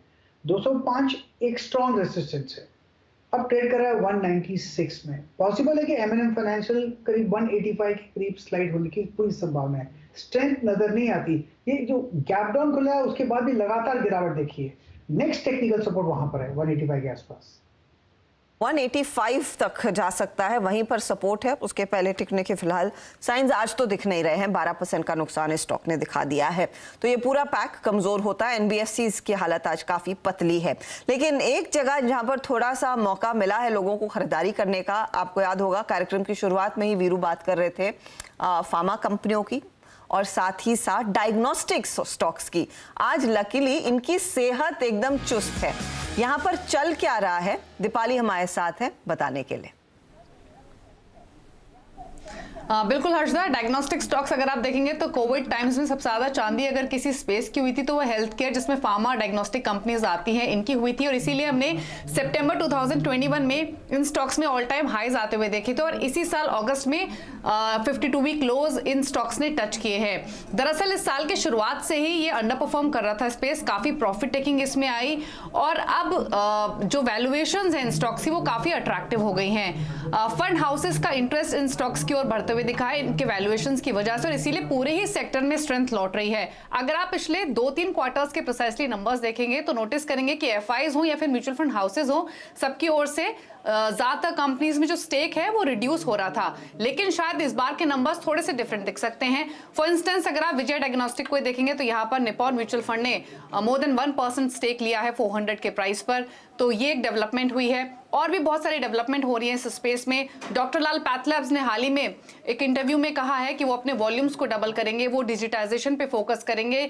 तो जो कोविड के बाद जो वॉल्यूम्स इनके डिप हो रहे थे, जो कंपटीशन इंटेंस हो रहा था, उसको ओवरकम करने के लिए भी कंपनियां जो है वो स्ट्रैटेजी बना रही हैं। मेट्रोपोलिस की बात करेंगे तो यहाँ पर कंपनी ऑलरेडी स्ट्रैटेजिक पार्टनर को ढूंढ रही है। अपोलो जैसी कंपनीज ने ऑलरेडी इंटरेस्ट दिखाया है, तो भाव अट्रैक्टिव हो गया है। काफी कुछ इस सेक्टर पे ऑलरेडी हो रहा है, कंपनियां अपने वॉल्यूम्स को बढ़ाने के लिए इनिशिएटिव्स ले रही हैं और इसीलिए अच्छे भाव होने की वजह से जो खरीदार हैं वो अट्रैक्ट हो रहे हैं इन स्टॉक्स की ओर और इसीलिए हम बाइंग इस स्पेस में देख रहे हैं। तो बड़े बड़े निवेशक, बड़े फंड हाउसेस की तरफ से खरीदारी होती हुई काफी करेक्शन आ चुका है, वो भी एक फैक्टर रह सकता है और ये पूरा पैक है जहां पर हमने देखा है खरीदारी देखने को मिली। डॉक्टर लाल आज का out performer, top traded counter है वायदे के कारोबार में। इसके अलावा आप देखिएगा विजय डायग्नोस्टिक जिसका जिक्र दीपाली कुछ ही देर पहले कर रही थी, वहां पर नोमरा की तरफ से खरीदारी आना। मेट्रोपोलिस, कल आपको याद होगा गावा साहब का पिक था, आज इसमें करीब करीब हमने देखा है आधे % तक की बढ़त देखने को मिल रही है। तो ये पूरा पैक काफी ज्यादा हरकत में आ चुका है। अग्रवाल साहब, अगर इन डायग्नोस्टिक कंपनियों में कुछ पोजीशन लेनी है तो क्या रहेगी? एक और चीज शायद दीपाली मिस कर गई बोलना कि एटलीस्ट मुंबई के अखबारों में बड़ी रिपोर्टें छप रही है कि डेंगू और मलेरिया के केसेस भी भयानक तौर से बढ़ने लगे हैं, तो शायद उसकी भी टेस्टिंग चल रही होगी बड़े पैमाने पर। देखिए, आपने कहा कि बॉम्बे में बढ़ रहे हैं। मैं आपको बता दूं कि कलकत्ता में पिछले 3 महीने से ये इतने भयानक तरीके से आ रहे हैं नंबर्स। जैसे पहले हम लोग रोज पेपर में देखते थे कि आज कोविड से इतने लोग अफेक्टेड हो गए हैं, उस तरीके से अब डेंगू के आ रहे हैं। तो कलकत्ता में ये 3-4 महीने से चल रहा है और बहुत जोरों से चल रहा है। सरकार कई कदम उठा रही है लेकिन न्यूज़ अपनी जगह आ रही है। खैर, अब आते हैं डायग्नोस्टिक्स के स्टॉक्स पे। तो इसमें गिरावट के एक तो ये कारण रहा कि कोविड के समय जो इन्होंने चांदी काटी वो अब होती हुई दिक्कत नज़र आ रही है, लेकिन दूसरा सबसे बड़ा कारण रहा कंपटीशन का बढ़ना। एक उदाहरण के तौर पे बताऊं तो टाटा 1mg ने ऐसे अनाउंसमेंट करे कि 100 रुपये में टेस्ट करेंगे, 199 रुपये में उन्होंने विटामिन डी का टेस्ट की अनाउंसमेंट कर रखी है, जो कि नॉर्मली 1400-1500 रुपये का होता था। तो आप सोचो कितने कट वहाँ दिख रहा है। तो इस कारण से ये कंपटीशन बढ़ता हुआ नजर आएगा, मार्जिन्स पे प्रेशर रहेगा। लेकिन इस सब के बीच में हमें ये नहीं भूलना चाहिए कि करेक्शन बहुत ज़बरदस्त हो चुका है। अगर मैं रॉन्ग नहीं हूँ तो 50-55% तक के करेक्शन अपने हाई से ये सारे ही स्टॉक दिखा चुके हैं और वैल्यूएशन के लिहाज से मुझे लगता है कि मेट्रोपोलिस बहुत अच्छा पड़ता है दूसरों के वनिस्पत। एक, उनके वैल्यूएशन अच्छे हैं, दूसरे उन्होंने बैंगलोर में अभी कुछ दिनों पहले एक कंपनी एक्वायर करी थी जिससे उनके नंबर्स बेहतर होते हुए नजर आएंगे। कंपनी ने एक्विजिशन वगैरह के रूट से थोड़ी अपनी एक्सपेंशन की भी प्लानिंग करी है और कई बड़े नाम ऐसे खबरों के हवाले से निकल कर आए हैं कि उनसे कुछ टाई अप हो सकता है। तो मुझे लगता है कि मेट्रोपोलिस पे बिल्कुल ध्यान देना चाहिए। पक्का। हर्षदा, राजेश जी के पास ना हर चीज़ का तोड़ है और आप एक दीजिए वो 5 देंगे। आपने अगर आप देखें यार, एक काम करो, पहले तो गुड नाइट लगाओ यहाँ पे, हमें नहीं बनना। अगर आप देखें इसका बहुत एक का जवाब अगर आप देखें 4 चीज से देते ओडोमॉस भी मंगा लो आप वीरू यहाँ पे। खैर हाँ, राजेश जी भी बात होगी आपसे, चिंता मत कीजिए, विस्तार से बात होगी और अभी बहुत सारे मुद्दों पे बातचीत होनी है। लेकिन जो भी चीज़ कीजिए, जो भी चीज़ कह लीजिए, शेर का सवा शेर राजेश जी के पास होता है। आप 10 केसेस बताइए, वो 20 केसेस बताएंगे कलकत्ता में। खैर, यहाँ पे काम करते हैं, विषय को मोड़ते हैं और एफएनओ सुपरस्टार ले लेते हैं जनाब यहाँ पे, और आशीष बहती जी के सौजन्य से आज का अगर आप देखें, सॉरी माफ कीजिएगा, चार्ट के चमत्कार कविता जैन जी के सौजन्य से लेते हैं। कविता जी बताइए, चार्ट का चमत्कार क्या पिक कर रही हैं आप इस वक्त? वीरेंद्र, इज लाइक बैंकिंग में प्रेशर है तो वहां मुझे लगता है फर्दर प्रेशर आते हुए दिख सकता है आईसीआईसीआई बैंक पर। आप देखें अपना 20 डेज मूविंग एवरेज जो है उसे छोड़ता हुआ दिखा है काउंटर। मुझे लगता है 850 के टारगेट्स की तरफ बढ़ता हुआ दिख सकता है इन अ डे और to ICICI Bank. So one can take the stop loss of 890 on their position. एक शॉर्ट क्रिएट कर सकते हैं फॉर 850 के पोजीशन के लिए। और जो लोग पुट्स के रूट में लेना चाहते हैं वो 880 का पुट ले सकते हैं जो अराउंड 1080 के लेवल्स पर है, 10 रुपए की प्रीमियम पर। मुझे लगता है ये फर्दर 16 to 18 के लेवल्स की तरफ बढ़ता हुआ दिखेगा। 6 रुपीज का एक स्टॉप लॉस मेंटेन करना चाहिए। सो आईसीआईसीआई बैंक का पुट ले सकते हैं 880 सर। जैम आईसीआईसीआई बैंक याद रखिएगा सेल है। अच्छा, मैं एक पॉइंट और जोड़ दूं यहाँ पर, उसके बाद बिग मार्केट वॉइसेस की कड़ी की तरफ हम जाएंगे। सुबह सुबह एचडीएफसी बैंक में मानस का एक सेल कॉल था और एचडीएफसी बैंक का सेल कॉल बखूबी अच्छा चला और एचडीएफसी बैंक जाकर अपना वो क्रिटिकल लेवल जो हम 12 बजे बात कर रहे थे ना कि 1439 पे जाएगा, अपने 200 डे एक्सपोनेंशियल मूविंग एवरेज को छुएगा, एग्जैक्टली वही छू के आया। मानस उस शॉर्ट को कवर करे या फिर उस शॉर्ट को आप कवर करके कोई लॉन्ग पुट का आइडिया रखते हैं अब एचडीएफसी बैंक पे?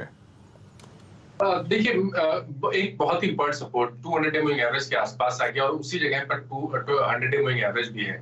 अच्छा खासा प्रॉफिट है मॉर्निंग के ट्रेड में, तो आई थिंक एक बार प्रॉफिट बुक कर लेना बेहतर आइडिया है। और अब फ्रेश बिकवाली तभी करेंगे जब 1435 के लेवल्स ब्रेक होंगे। 1435-30 की रेंज ब्रेक हो जाती है, उसके नीचे जब स्टॉक ट्रेड करने लगे तब आप 1400 रुपए के स्टॉप लॉस के लिए एक फ्रेश ट्रेड ले सकते हैं, बट फिलहाल के लिए प्रॉफिट बुक करने की सलाह रहेगी। जी हाँ, फिलहाल के लिए अगर आप देखें एक पिवट पॉइंट था। मैंने वो प्रश्न इसलिए करा क्योंकि एक अच्छे समय पे मानस ने शॉर्ट ओपन कराया था, तो अच्छे समय पे शॉर्ट को कवर करना ये भी बेहद ज़रूरी होता है। बिग मार्केट वॉइसेस की कड़ी में आज हमारे साथ दिलीप भट्टाचार्य CIO इक्विटी से डिवाइसेस के जुड़े हैं बातचीत करने के लिए। परिचार्य सर नमस्कार, कार्यक्रम में स्वागत है आपका और काफ़ी समय बाद आपसे बात हो रही है। और इनफैक्ट कैसे देखते हैं सर आप पिछले 3 दिन से जो वो एक 3 महीने से डिफरेंशियल था बिटवीन यूएस मार्केट और इंडियन मार्केट्स में, अब वो भरना शुरू हो गया है। हम पैरेलली अलाइन हो रहे हैं ग्लोबल मार्केट से और 2 फियर, देखिए एक substantial rate hikes down the line, मतलब जब तक यूएस में जो इन्फ्लेशन है वो अरेस्ट नहीं होता, और दूसरी बात ये है जियोपॉलिटिकल टेंशंस और रशिया यूक्रेन का जो टसल है वो अब एक बहुत ही क्रिटिकल जंक्चर पे आ चुका है। तो ऐसे में क्या अभी इंडियन मार्केट्स का जो सेल ऑफ हुआ है वो सिर्फ स्टार्ट हुआ है क्या? अभी पेन बढ़ सकता है, आपको लगता है ऐसा? इसमें थोड़ा सा जो हम कहते हैं कॉन्टेक्स्ट को देखने की जरूरत है। जो मेरा मानना है वो ये है कि अगर आप इंडिया का डोमेस्टिक इकोनॉमी या बॉटम अप स्टोरी देखें, वो दुनिया के बनिस्बत काफी बेहतर है।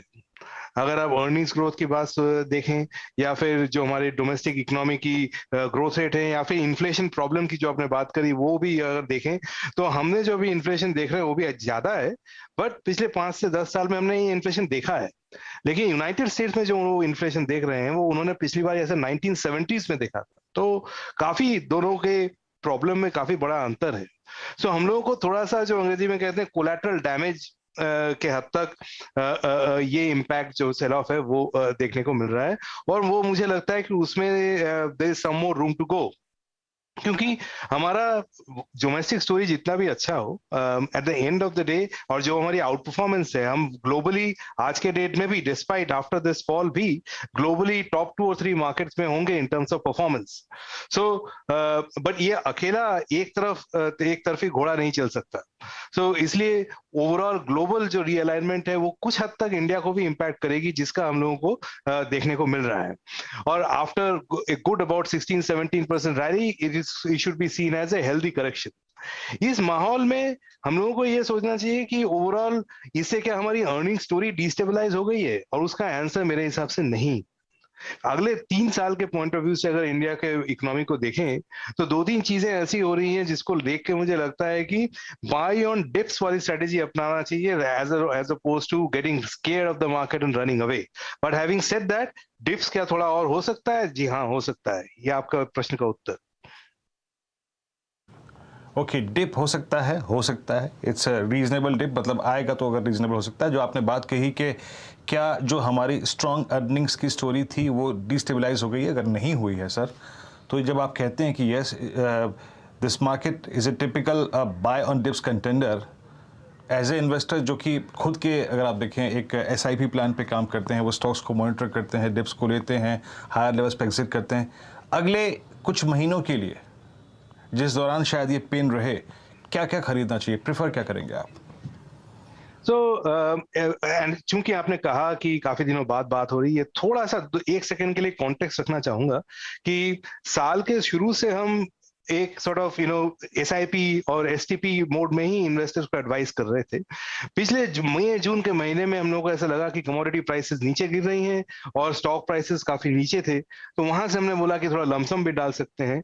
And in that context about a month or so ago we change our stand to say कि अभी वापस STP या SIP मोड में जाना चाहिए। तो अभी जो मेरा मानना है for investors stand from here may be for the next 2 or 3 months till the time next couple of FOMC meetings happen, SIP या STP मोड में जाना चाहिए।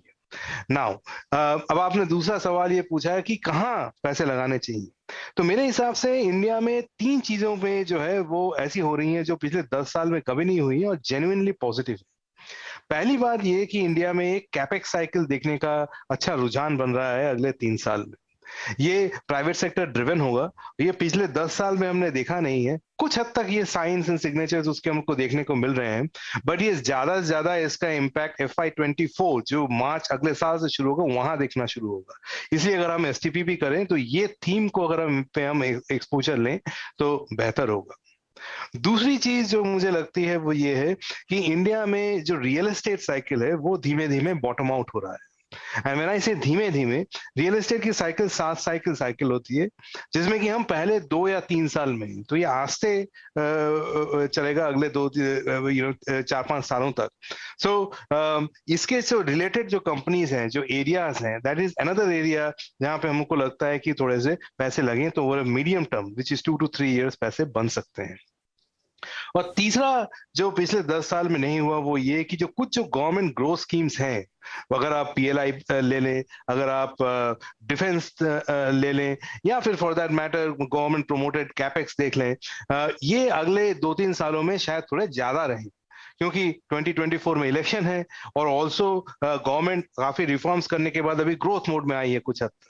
सो इसके जो एक्सपोज स्टॉक्स हैं, that could be another area to look at from putting money to work perspective. So ये 3 area मैं highlight करूंगा, 3 थीम कह लीजिए, जिसके बेसिस पे लोग पैसा एलोकेट करने के बारे में सोच सकते हैं।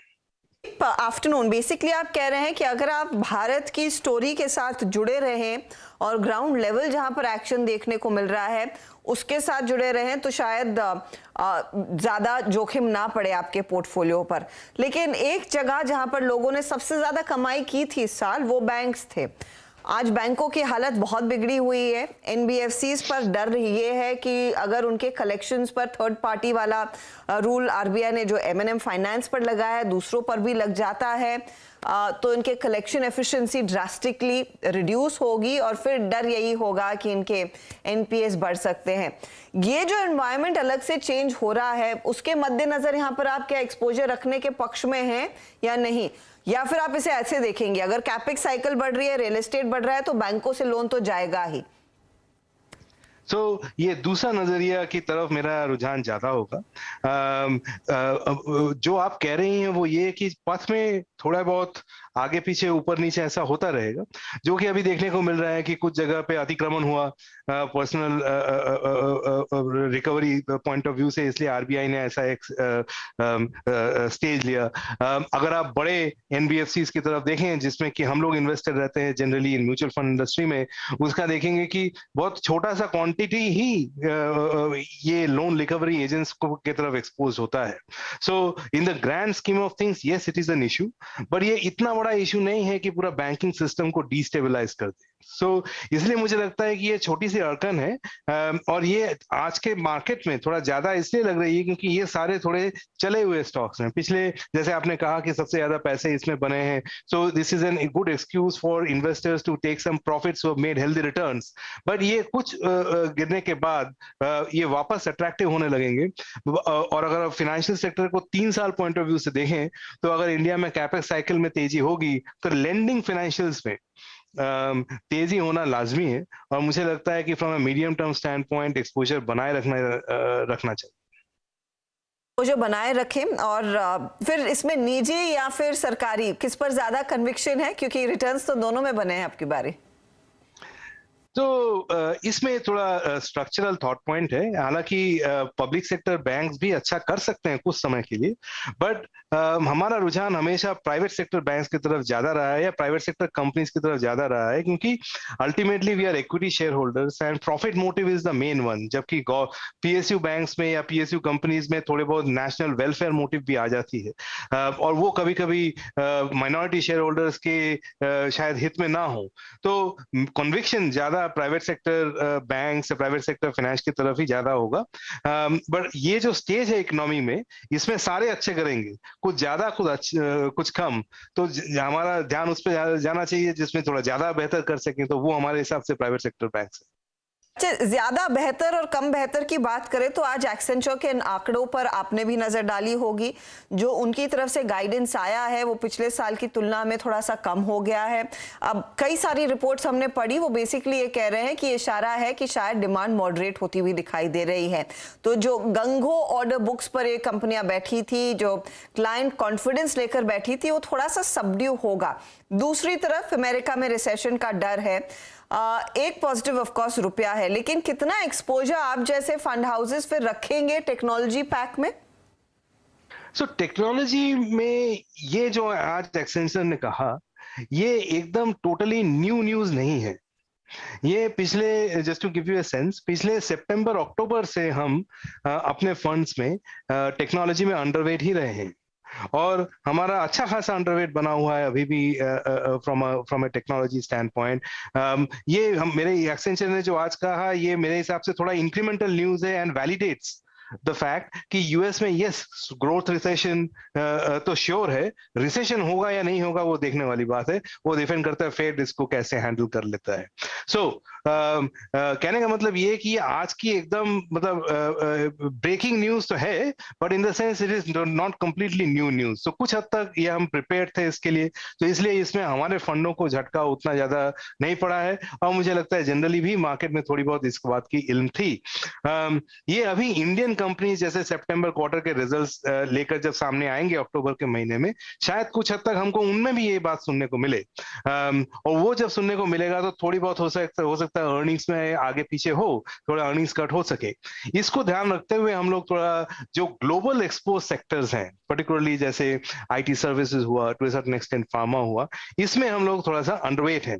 और जो डोमेस्टिक साइक्लिकल्स है, जो हमने पिछले कुछ प्रश्नों के उत्तर में बात करी, वहां पे हम ओवरवेट हैं। तो इस तरीके से हम अपने पोर्टफोलियोज को पोजीशन किए हैं to benefit from the current market scenario.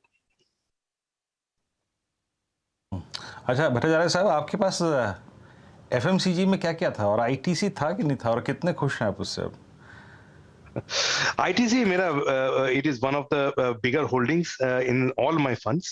All my funds जहाँ की भी मैं large cap ले सकता हूँ, और हिंदुस्तान यूनिलीवर और ITC ये तो factual information है, so मैं बता सकता हूँ हिंदुस्तान यूनिलीवर और ITC ये हमारे staples के कुछ बड़े positions and it has been there for the last 6-9 months. We continue to enjoy the ride along ITC. ये हम तब से इसमें बरकरार हैं जब से कि लोग इनको शायद देखना उतना पसंद नहीं करते थे, काउंटर कंसेंसस था। अभी तो खैर काफी लोग आईटीसी में आने वो कर रहे हैं।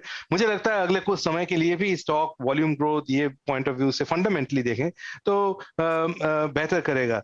जो मैं कह रहा हूँ आईटीसी और हिंदुस्तान यूनिलीवर, ये by all I am saying कि मैं अपने हिस्टोरिकल व्यू को बोल रहा हूँ। ये future stock recommendation by no means है, and it is just factual information which I am stating. We should not be taken as any stock recommendation going forward. Okay नहीं भट्टाचार्य साहब दरअसल मैं आईटीसी के बारे में प्रश्न इसलिए पूछ रहा था क्योंकि अगर हम आईटीसी और इस स्मार्ट प्राइस परफॉर्मर को लेकर बात करें, आई मीन मुझे याद है इस साल के CY22 के शुरुआत में जब बाज़ार इससे पहले नवंबर दिसंबर तक काफ़ी अच्छा था, बहुत से लोगों को नफरत हो गई थी आईटीसी से, जिसे कहते हैं टैड बुल लिक्विडेशन, निकलो भाई जनाब इस स्टॉक से बाहर, वो हुआ। अब मैं आईटीसी को इसलिए इस प्रश्न में सम्मिलित कर रहा था क्योंकि आईटीसी को अगर आप आज देखें तो इसके तीनों जो कंपोनेंट्स हैं, I mean paper, then we have hotel and FMCG, ये भी 3 थीम्स हैं जिसको लेकर आप बात कर सकते हैं, कंजम्पशन और आपका होटल, टूर्स एंड ट्रेवल्स और तीसरा पेपर सेगमेंट है। ये अभी भी पैसा बना के देंगे आपको लगता है? तो आई थिंक यहाँ इससे जितना मैंने कहा उससे ज्यादा अगर मैं कुछ कहूँ तो वो बहुत स्टॉक स्पेसिफिक हो जाएगा, बट हमारा जो देखने का मानना है वो ये है कि जब हम स्टॉक्स को कोई देखते हैं जहां पे बहुत ज्यादा पेसिमिज्म बिल्ड हो जाए, वहां पे हम अपना ध्यान ज्यादा केंद्रित करते हैं क्योंकि पैसे बनने के चांसेस ज्यादा थे। सो पिछले साल ये जो कुछ स्टॉक्स आपने बात करे इसमें काफी अच्छा वैल्यूएशन मिला था, सपोर्ट मिला था, सो हमने किया। ये अभी तक हम लोगों को अच्छा ये किए हैं, it has helped us in our performance. आगे तो हम लोग इंक्रीमेंटली इवैल्यूएट करते रहे, बट जो हमारा फ्रेमवर्क है वो ये है कि कहीं बहुत ज्यादा अगर पेसिमिज्म बिल्ड हो जाए तो वहां पे हम लोग थोड़ा काम करके पोजीशन बनाने की कोशिश करते हैं। तो एक जमाने में तो ये स्टॉक वहां पे होता था, अभी incrementally we evaluate on a very careful basis. इससे ज्यादा स्टॉक स्पेसिफिक थोड़ा बोलना मुश्किल है गिवन रेगुलेशंस।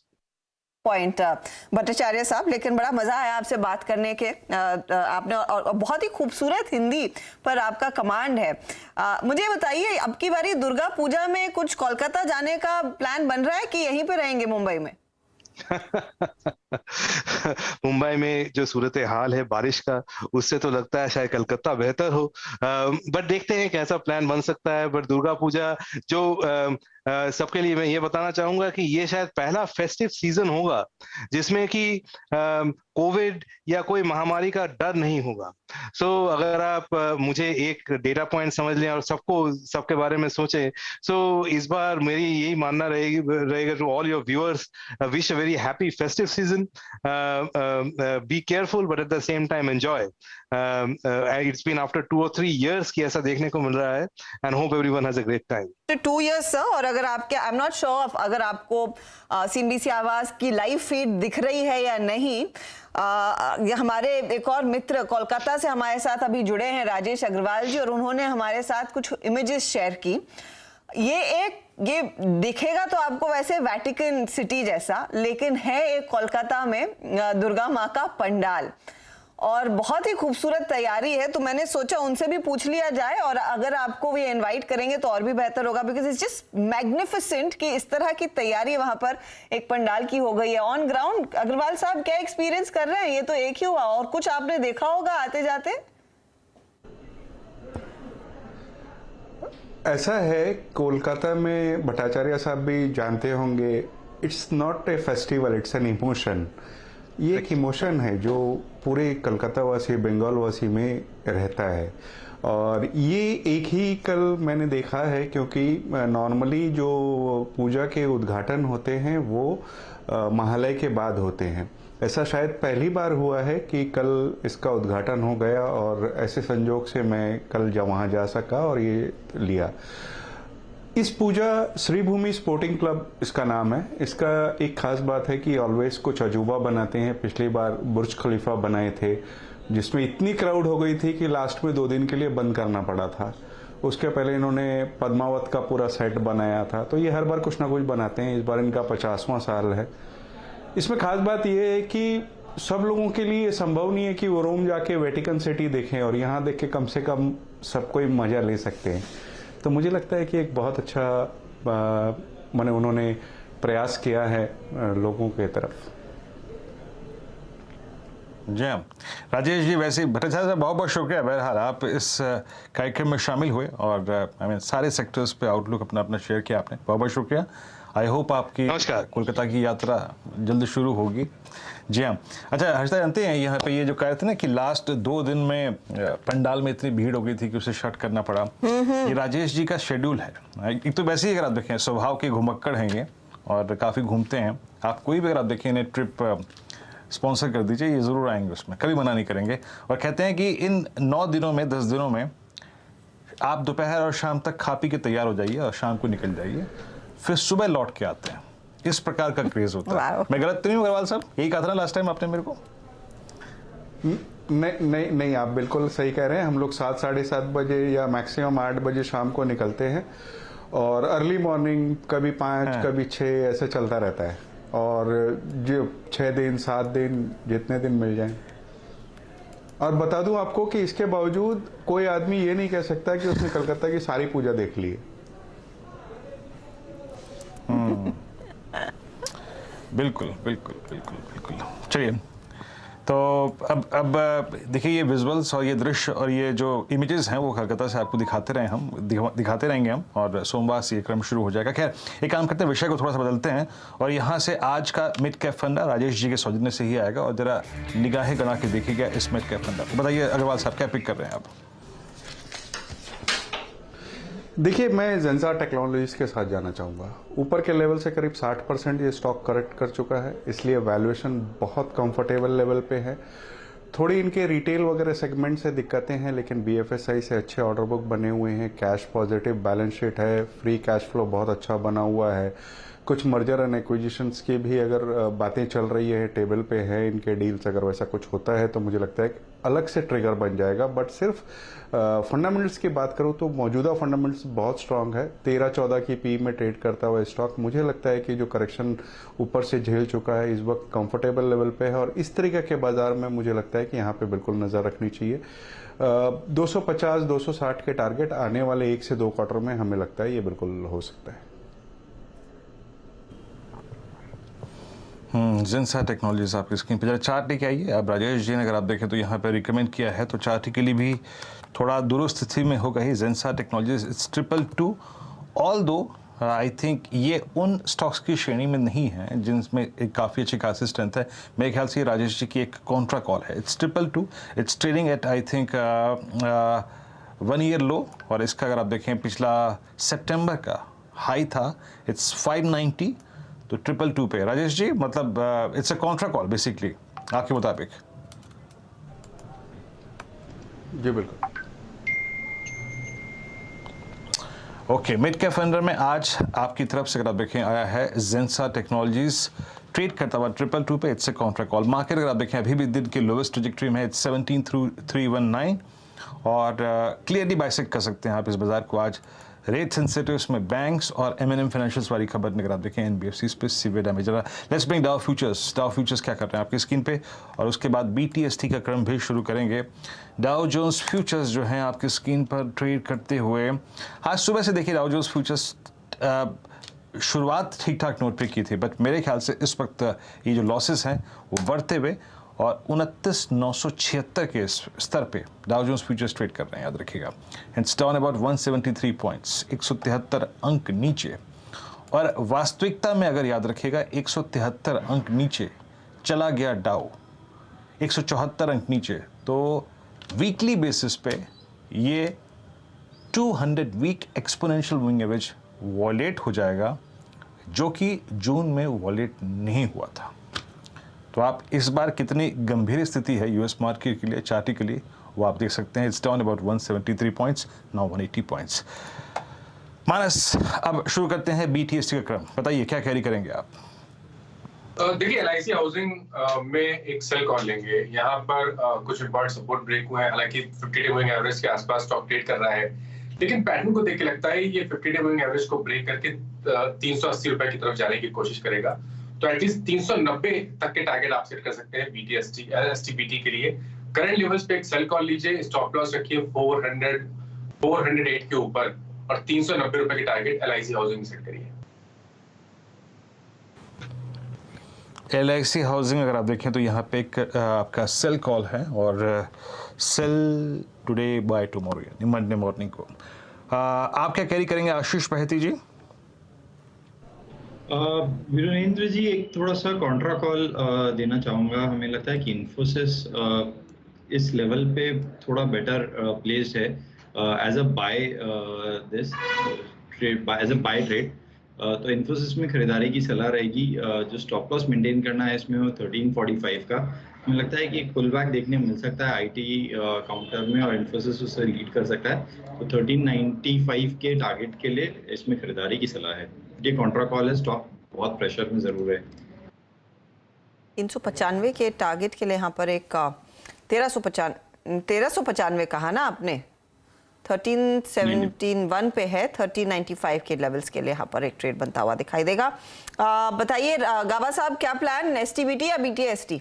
एसटीबीटी, कनारा बैंक 232 का स्टॉप लगाकर चलें तो मुझे लगता है स्लाइड होगा 229 पे अब ट्रेड कर रहा है, शायद 225 पॉसिबल है। 25 तक टूटेगा ये काउंटर 229 के लेवल्स पर।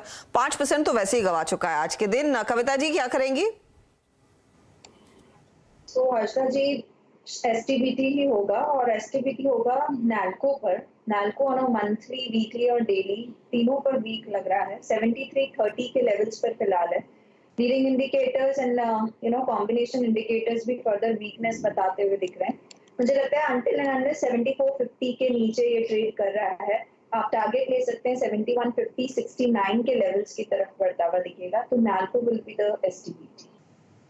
नैल्को में मंदी का ट्रेड यहाँ पर आप लेकर चलें तो मानस ने एलआईसी दिया था, राइट? एलआईसी आ गया, गाबा साहब ने दे दिया कैनरा, बहेती साहब कह रहे तेजी और कविता जी ने कहा मंदी।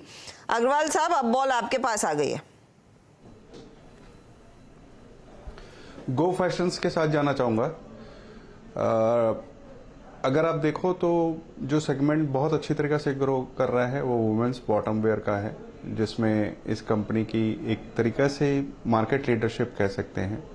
दूसरे जिस तरीके से ग्रोथ प्लान्स इन्होंने अपने आईपीओ वगैरह के समय दिए थे वो सब बहुत पॉजिटिव आ रहे हैं। तीसरे अगर आप देखेंगे तो ऐसी रिपोर्ट्स निकल कर आई हैं कि FY25 तक ये सेगमेंट ऑलमोस्ट डबल हो जाएगा इफ़ नॉट मोर। मुझे लगता है कि यहाँ पे एक बार नज़र रखनी चाहिए। सोमवार के लिए मैं नहीं कह सकता, बट थोड़ी सी पोजिशनल ट्रेड अगर लिया जाए 15 दिन 20 दिन या एक महीने के लिए तो मुझे लगता है ये स्टॉक कम से कम 8-10% की मूव यहाँ से दे सकता है। तो इस वक्त हमारा एक तो ये रहेगा, और दूसरा जैसे मैंने थोड़ी देर पहले अंबुजा डिस्कस किया था वो मैं समझता हूँ कि नेक्स्ट वीक के लिए कैरी करना चाहिए। तो कैरी करना ही है। साथ ही साथ गो फैशन में भी एक मौका खरीदारी का आप चुके नहीं, यहाँ पर एक अच्छी खासी मूव आने की तैयारी है। सातपुते साहब बताइए आपका ट्रेड क्या है? देखिए मेरे हिसाब से जो आपने एक बात की थी ग्रासिम पे, तो देखिए ग्रासिम का एक ब्रेकडाउन लेवल था 1700 के नीचे। ग्रासिम ने आपके एसएफटी के टेस्ट किया है, और ओवरऑल अगर आप सीमेंट सेक्टर देखें तो वहीं पे बिकवाली भी ज्यादा है। तो मैं ग्रासिम को ही शॉर्ट करके जाऊंगा। मेरा स्टॉप लॉस रहेगा 1720 का, क्योंकि यहाँ से 10 और 20 डीएमए के इंपॉर्टेंट लेवल्स के बीच, लेवल्स के नीचे जिस तरह से ये ट्रेड हो रहा है, इसका जो नेक्स्ट सपोर्ट बनता है वो बनता है 1640। तो करंट लेवल से कम 50 to 60 रुपीज का फॉल मुझे लगता है ग्रासिम में आएगा, इसलिए ग्रासिम सेल रहेगा। स्टॉप लॉस रहेगा 1720। ग्रासिम में एक शॉर्ट का ट्रेड आप लेकर चले। ये भी देखिए काफ़ी टूटा है। आज कार्यक्रम की शुरुआत में हम इसकी चर्चा भी कर रहे थे, तो ये एक मंदी वाला ट्रेड, तो ज़्यादातर ट्रेड्स मंदी की तरफ हैं। एक इन्फोसिस पर एक बाय कॉल कॉन्ट्रा ट्रेड दिया है आशीष बहेती ने, और अग्रवाल साहब कह रहे गो फैशन जैसे ट्रेड्स में तेजी की पोजीशन लेनी है। जाते जाते यहाँ पर कुछ पोजीशंस और भी थोड़ी सी एक्टिव होती हुई दिखाई दे रही है। तो डॉक्टर लाल अब 3% ऊपर, 5.5% से ज्यादा का ओपन इंटरेस्ट एडिशन यहाँ पर आपको दिखाई देगा। डीवीज लैब जिसकी हम चर्चा कर रहे थे 1% ऊपर है। सनफार्मा में तेजी, मेट्रोपोलिस में खरीदारी, और दीपक नाइट्राइट की बात हुई थी, आपको याद होगा ये पहला ट्रेड था जब राजेश अग्रवाल आए और हमारे साथ कार्यक्रम में जुड़े, उन्होंने उस पर तेजी का कॉल दिया। ये भी थोड़े से पॉजिटिव साइड पर ही बैठा है। तो ये खरीदारी वाले काउंटर्स हुए, लेकिन कुछ स्टॉक्स जहां पर अब पोजीशंस अनवाइंड होना शुरू हो गई हैं वो है इंडियन होटल। मानस, इसको लेकर तो मेरे ख्याल में कल आज सुबह भी कोई थोड़ा सा बुलिश था। 325 के आसपास, ये क्या माइल्ड प्रॉफिट बुकिंग है या फिर कुछ और फिसल सकता है स्टॉक? देखिए पहली चीज डबल टॉप बना है। जो पिछला हाई था अभी कुछ दिनों पहले का 337 का, उसको ब्रीच नहीं कर पाया। 336 के आसपास के हाइट बने, वहां पर प्रॉफिट बुकिंग देखने को मिल रही है। कैंडलस्टिक पैटर्न एक बेरिश पैटर्न बना रहा है, तो वो सब मिला के ऐसा लग रहा है कि शायद अब एक टॉप बना है और अब यहाँ से आपको करेक्शन देखने को मिलेगा। देखिए स्ट्रॉन्ग न्यूज में अगर आज अपोलो हॉस्पिटल्स में देखिए तो इसी तरह के पैटर्न्स हैं। हाई लेवल पे स्टॉक सस्टेन नहीं हो पाया। आज वहां पर भी काफी स्ट्रॉन्ग पैटर्न थे, कल तक के पैटर्न बहुत स्ट्रॉन्ग थे और वहां पर आज वीकनेस, अच्छी खासी वीकनेस देखने को मिल रही है। शायद उसी तरह का मूव आपको अपोलो हॉस्पिटल्स में देखने को मिल जाएगा और 20-डे मूविंग एवरेज स्टॉक टेस्ट करेगा जो कि 310 रुपए के आसपास है। तो 15 रुपए का डाउनसाइड करंट लेवल से देखने को मिल सकता है। 331 रुपए की स्टॉप लॉस से यहाँ पर भी पाली करनी चाहिए। ओके, तो यहाँ पर भी एक अपॉर्चुनिटी है कोई ट्रेड लेने की। अपोलो हॉस्पिटल वैसे आज देखिए 4% टूट गया क्योंकि बड़े हॉस्पिटल चेन्स पर 60 गांठ करके प्राइसिंग को थोड़ा सा ऊंचा रखने की आरोप है। ये सीसीआई की एक रिपोर्ट आई है, मनी कंट्रोल एक्सक्लूसिव है माइंड यू, और चाहे वो प्रोडक्ट्स हो, मेडिकल सेवाएं हो, उसमें कार्टेलाइजेशन हुआ और यही वजह है कि सारे जो हॉस्पिटल काउंटर्स हैं उनमें आज एग्रेसिव एक क्रैकडाउन देखने को मिला है। लोगों ने बिकवाली की है। डर यही है कि सीसीआई कड़ा एक्शन ले सकता है इन कंपनियों के खिलाफ। इस पर आप अग्रवाल साहब क्या टिप्पणी देंगे? क्या आपको लग रहा है यहाँ पर एक बहुत कड़ी सजा शायद सीसीआई की तरफ से आएगी, तो पोजीशन है तो काट लें, कैसे अप्रोच होगी? देखिए, मुझे लगता है कि इस बात बोलना बहुत मुश्किल है कि सीसीआई क्या कदम लेगा, लेकिन ये बात तो जग जाहिर है कि कार्टेलाइजेशन हो या प्राइसिंग जो इनकी है वो बहुत हाई तरीके से, जिस तरीके से मैंने अभी थोड़ी देर पहले टाटा 1mg का उदाहरण दिया था, तो वहाँ थोड़ा दबाव तो रहेगा। हो सकता है कि अपने प्राइसेस थोड़े से इस वक्त कम करें, लेकिन जो हालात बने हुए हैं मुझे नहीं लगता है कि इनके फंडामेंटल्स पे बहुत ज़्यादा फर्क पड़ेगा। थोड़ी फाइन वगैरह कुछ लगती है तो अलग बात है, अदरवाइज जो ऑपरेशंस कह लीजिए या जिस तरीके से मेडिकल टूरिज्म वापस से चालू हो गया है, जो निकटवर्ती देश जैसे बांग्लादेश वगैरह से पेशेंट्स आते थे इलाज के लिए, वो दोबारा आने लगे फुल फ्लो से, तो मुझे लगता है आने वाले दिनों में इनके नंबर्स बेहतर ही आएंगे। शॉर्ट टर्म ब्लिप्स हो सकते हैं, बट लंबी अवधि के लिए मुझे लगता है कुछ स्टॉक जैसे नारायण हृदयालय है, मैक्स हेल्थ केयर है, वो बिल्कुल खरीदारी करनी चाहिए। और अपोलो में हमारा अनुमान है कि बहुत अच्छा रनअप देने के बावजूद इसमें अपसाइड बहुत बचता है, लेकिन खरीदारी के लिए मैं कहूँगा कम से कम 5-6% का करेक्शन हो तो बिल्कुल खरीदारी कर सकते हैं। अपोलो में न केवल हॉस्पिटल चेन का तड़का है, बल्कि अगर आप देखो तो फार्मेसीज भी उनकी अच्छी चल रही है। उन्होंने डेट बहुत तेजी से कम किया है और अपसाइड बहुत अच्छा बनता है। तो के लिए एक अपॉर्चुनिटी डिप पर खरीदारी करने की रहेगी। अच्छा, एक बड़ी खबर जिस पर अग्रवाल साहब मैं आपकी राय लेना चाहती हूं कि क्योंकि ये जो स्टॉक्स आज चर्चा में आए हैं, टाटा स्टील का जो ग्रैंड अमेलगमेशन प्लान सामने निकल कर आया, जहां पर सभी मेटल कंपनियों को, दरअसल ग्रुप की मेटल कंपनियों को टाटा स्टील में अमेलगमेट किया जाएगा। उसके बाद आप देखिए टाटा स्टील हल्का सा पॉजिटिव है, लेकिन धुलाई टीआरएफ की, टाटा लॉन्ग की, टाटा मेटालिक्स की, टिन प्लेट की, सबकी हुई है। अब इस खबर को निवेशकों को कैसे पढ़ना चाहिए? आज के फॉल को इग्नोर करें और जो टाटा स्टील के शेयर मिल रहे हैं वो लें, क्या करें? देखिए, मुझे लगता है कि जो लंबी अवधि के निवेशक हैं उनके लिए तो टाटा स्टील के शेयर मिलेंगे, इसमें कोई डाउट नहीं रहा।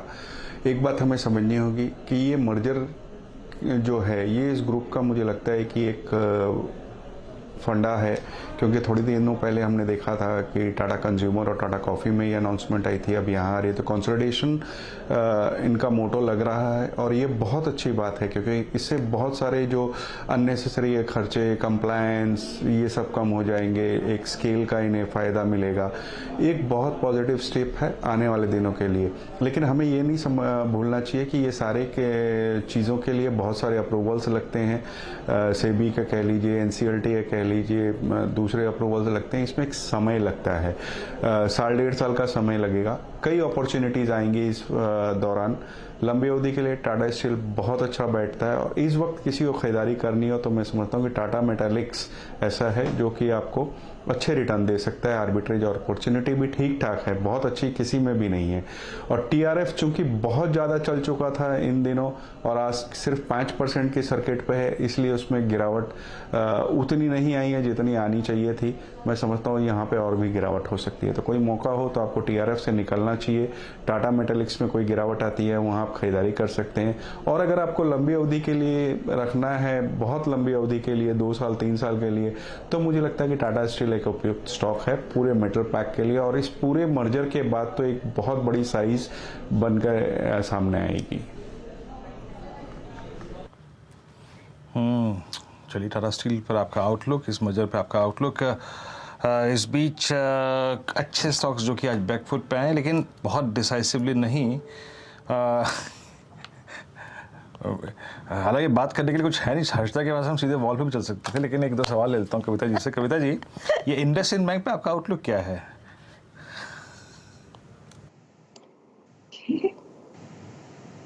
तो इंडसइंड बैंक इज लाइक काफी स्ट्रॉन्ग स्ट्रक्चर दिखा रहा था ये, आप अगर देखें, बट अभी इमीडिएट अगर मूव देखें तो 1143 पर इसका एक 20 डेज सपोर्ट है। अंटिल एंड अनलेस वो नहीं टूटता है, इस पर शॉर्ट्स रिकमेंड नहीं किया जा सकता है।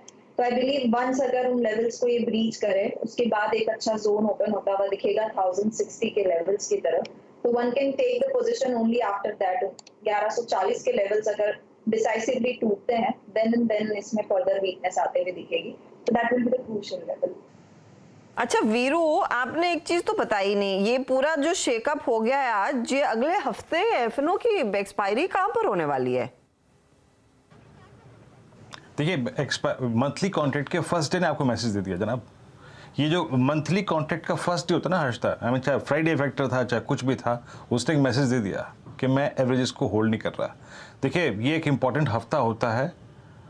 पुट राइटर का कन्विक्शन का जौहर इसी हफ्ते दिखना था, शुक्रवार को ही दिखना था, और वो नहीं दिखा। अगर ये डैमेज 20 डेमा का पिछले हफ्ते हुआ होता तो मैं शॉर्ट चले जाता पहले ही, लेकिन एक डर था हर्षदा 17,400 का। तो इसीलिए अगर आप देखें जो व्यू नेगेटिव हुआ वो इसी के नीचे हुआ। बैंक निफ्टी पे 20 डेमा के नीचे नेगेटिव हुआ, लेकिन हाँ, एक्सपायरी वीक का मैसेज स्ट्रांग होता है, क्लियर होता है, और मार्केट ने मैसेज दे दिया। फियर, अब जानती है हर्षदा, यहाँ से सबसे बड़ा ये है कि यूएस मार्केट अगर अपने 200 वीक एक्सपोनेंशियल मूविंग एवरेज के, डायरेक्टर साहब वो चार्ट है क्या जो सुबह मैंने रखा था, वो रख दीजिएगा, थोड़ा डिस्कशन कर लेते हैं उस पर। हर्षदा, लास्ट 22 साल का ये 4th इंस्टेंस होगा। अगर मैं 200-300 पॉइंट इधर उधर कर दूं, आई मीन 31,000 के इंडेक्स पे, तो ये पिछले 22 साल का 4th ऐसा कहीं ना कहीं इंसिडेंट होगा जब आप 200 वीक एक्सपोनेंशियल मूविंग एवरेज के नीचे फिसल रहे। मानस, डाउ के इस चार्ट की इस प्रॉपर्टी को देखा था आपने, रीड किया कभी? I mean a fall below 200 week exponential moving average, post .com, post 2008, post covid, this will be 4th time. Manas, आपका आउटलुक इस पर? देखिए, मैंने एक्चुअली आज और कल इसके चार्ट्स नहीं देखे हैं, लेकिन उससे पहले की अगर बात करें तो डेफिनेटली वहां पर पैटर्न बेरिश बन रहा था, और उम्मीद आप कर सकते थे कि वीक जो 200 वीक मूविंग एवरेज उसको बीच करेगा। एक सपोर्ट है मेरे ख्याल से वो 29,700 के आसपास, उसके नीचे जाने के चांसेस अब बढ़ जाएंगे, और शायद आपको अब 29,200 या 29,100 तक के भाव भी देखने को मिल जाएंगे। तो बिल्कुल ट्रेंड बेरिश है, और अगर ये 200 वीक मूविंग एवरेज के नीचे सस्टेन करेगा तो शायद हमें काफी बड़ी दिक्कत आने वाले समय में भी डाउ में देखने को मिल सकती है। काफ़ी बड़ी दिक्कत, और अभी तो कितने रेट हाइक बाकी हैं। आई मीन आपका जो इन्फ्लेशन का टारगेट अगर 2% का है तो कितने टुकड़ों में कितने रेट हाइक्स, उस पर अगर आप देखें कितना रिएक्शन, और अभी तो धीमेपन की, इकोनॉमी के स्लो डाउन की बात हो रही है, और आप already 200 week exponential moving average को वॉलेट कर रहे हैं। तो यहाँ से आगे की टेक्निकल पिक्चर काफ़ी डिटेरिएट हो गई है, ख़राब हो गई है, धूमिल हो गई है, इसमें कोई राय नहीं है। और जो हमारे और यूएस के चार्ट्स के बीच में एक डिफरेंशियल था, वो आज काफ़ी हद तक फर्स्ट स्ट्राइक में वो डिफरेंशियल जो है वो पूरा करने का क्रम जो है वो शुरू हुआ है। वीकली चार्ट्स पे it's close below 10 week exponential moving average. याद रखिएगा, 10 वीक एक्सपोनेंशियल मूविंग एवरेज आता था आपका करीब करीब 17,291 पे, exactly at 10 week exponential moving average, और हम इस एवरेज को छू रहे हैं लगभग 2 हफ्ते के बाद। और एक चीज़ याद रखिएगा, 10 वीक एक्सपोनेंशियल मूविंग एवरेज 22 जुलाई से लेकर अब तक हमने इसके नीचे क्लोज नहीं दिया है, और मंडे को अगर हम इसके नीचे बाई चांस ट्रेवल करते हैं तो 1, 2, 3, 4, 5, 6, 7, 8, 9, 10 हफ्तों के अंतराल बाद ये क्रम फिर शुरू हो जाएगा, यानी वही जुलाई फर्स्ट वीक का समा। 267 पॉइंट डाउ जोन्स फ्यूचर्स नीचे ट्रेड करते हुए। आज सेशन में कोई भी रत्ती भर का पुल बैक नहीं था। जरा मार्केट ब्रेथ को देखते हैं, ब्रेथ कैसी रही आज डेरिवेटिव्स में? सुबह मात्र 20 एडवांसेस थे, 20 लॉन्ग्स थे, और क्लोजिंग तक आते आते इन लॉन्ग्स की अगर आप देखिए टेंडेंसी देखिए, it's hardly 6, short covering hardly 4, 87 short और 98 लॉन्ग अनवाइंडिंग आज के सेशन में रही। तो एक जिसे कहते हैं ना कंप्लीट बेयर ग्रिप आज स्क्रीन पे दिखाई दी। डॉक्टर लाल पैथलैब, जेएम आज ये चल रहा था। सन फार्मा, मेट्रोपोलिस, सिप्ला, इन 4 टॉप गेनर्स को देख के, लॉन्ग को देख कर आपको पता चल जाएगा जनाब कि जो हाल है वो थोड़ा सुस्त है, दुरुस्त नहीं है। इन स्टॉक्स की कैटेगरी को देख के लग रहा है। टाटा स्टील अगर आप देखें आज इवेंट इनको बचा के ले गया। बाकी अगर आप शॉर्ट कवरिंग थी जिसमें दिवीज, अंबुजा, दीपक नाइट्राइट, वोल्टास, एल&टी इन्फोटेक में अगर आप देखें शॉर्ट कवर था। लेकिन आइए देखते हैं कि सबसे मैक्सिमम जो शॉर्ट बिल्डअप हुआ वो किस स्पेस में हुआ, कहाँ पे हुआ।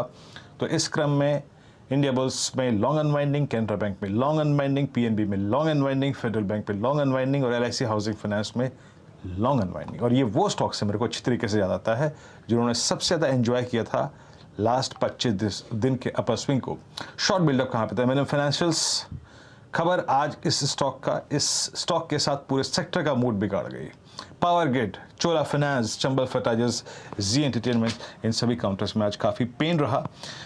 मैं आपको बताता हूँ थोड़ा सेक्टर वाइज क्या रहा आज। सेक्टर वाइज अगर आप हालात पूछे ना, किन किन स्टॉक्स में सबसे स्ट्रॉन्ग शॉर्ट बिल्डअप हुआ, मैं थोड़ा सा सेक्टोरियल बाइसेक्ट करके बताऊंगा। आज सबसे बड़ा शॉर्ट बिल्डअप किसी देखिए इंडेक्स में हुआ है 16.3, उसके बाद 12.4 इन मीडिया स्पेस। यहाँ पे क्या हुआ है, जी में सबसे बड़ी शॉर्टिंग हुई है आज, याद रखिएगा।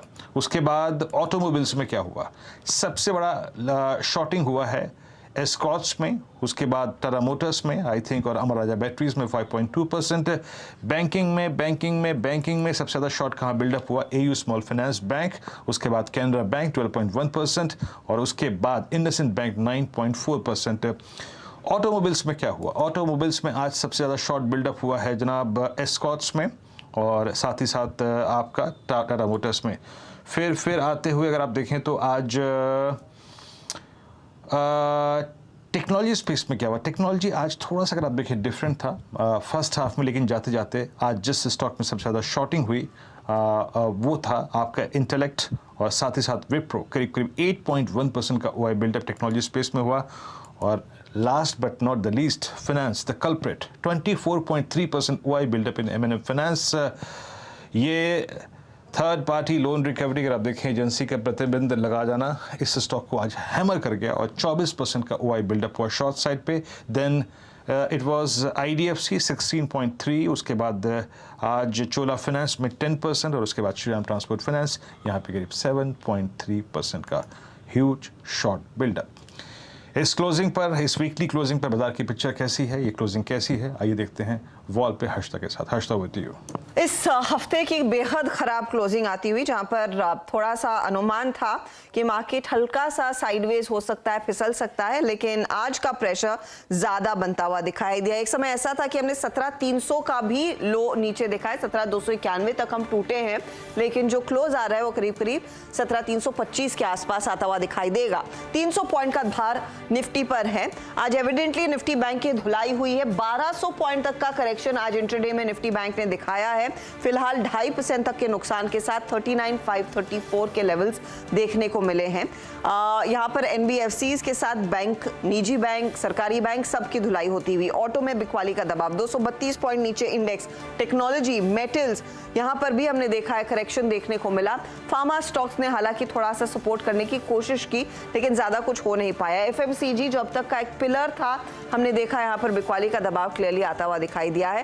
कंजम्पशन थीम भी आज ज्यादा कुछ चली नहीं है, तो क्लियरली सेल साइड की पोजीशंस अक्रॉस द बोर्ड। कुछ स्टॉक्स आपके लिए हाईलाइट करते हैं जहां पर बिकवाली का दबाव देखने को मिला।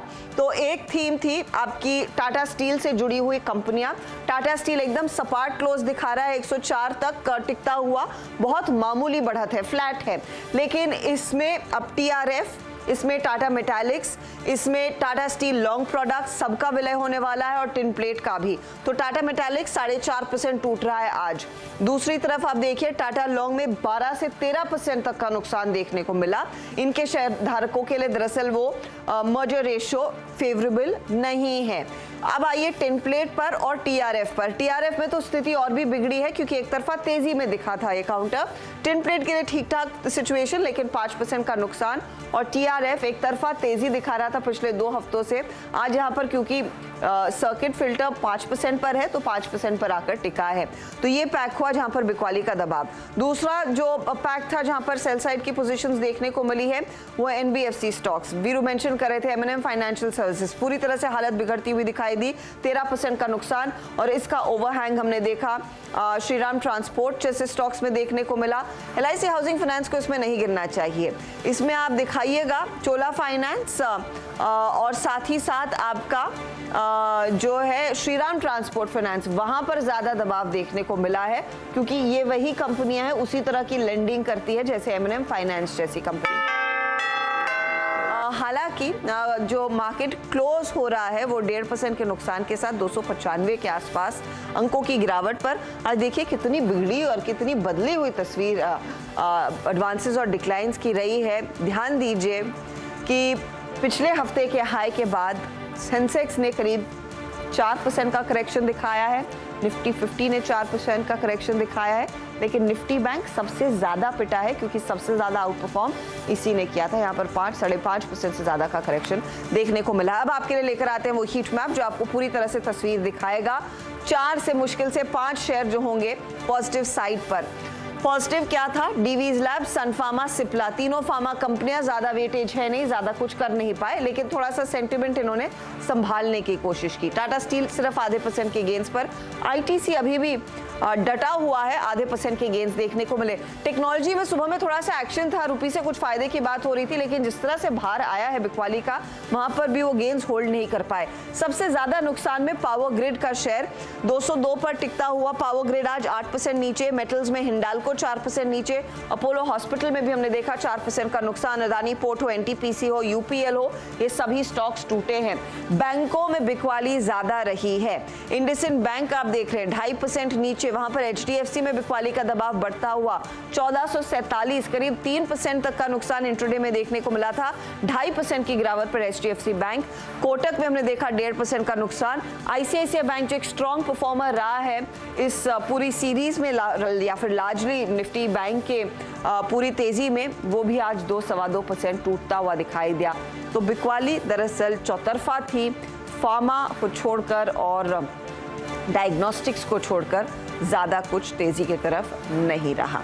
वीकली आधार पर स्थिति कहां पर और बिगड़ गई आज के सेल ऑफ में, वो आपकी स्क्रीन पर आ रहा है। तो पावर ग्रिड और एनटीपीसी वो स्टॉक्स है जहां पर सबसे ज्यादा दबाव देखने को मिला। फिर सीमेंट कंपनियां, श्री सीमेंट और अल्ट्राटेक में आप देखिए ये वीकली नुकसान है। 9% वीकली गिरा है श्री सीमेंट, 5% का नुकसान अल्ट्राटेक में देखने को मिला। कुछ और स्टॉक्स आपकी स्क्रीन पर आ जाएंगे जहां पर इस हफ्ते प्रेशर नहीं, इनफैक्ट तेजी हुई है। तो JM finance, Jakob, Shri Renuka, ये छोटी कंपनियां हैं, लेकिन दिग्गजों में हमने देखा है आज का दिन सबसे ज्यादा पेनफुल साबित होता हुआ दिखाई दिया।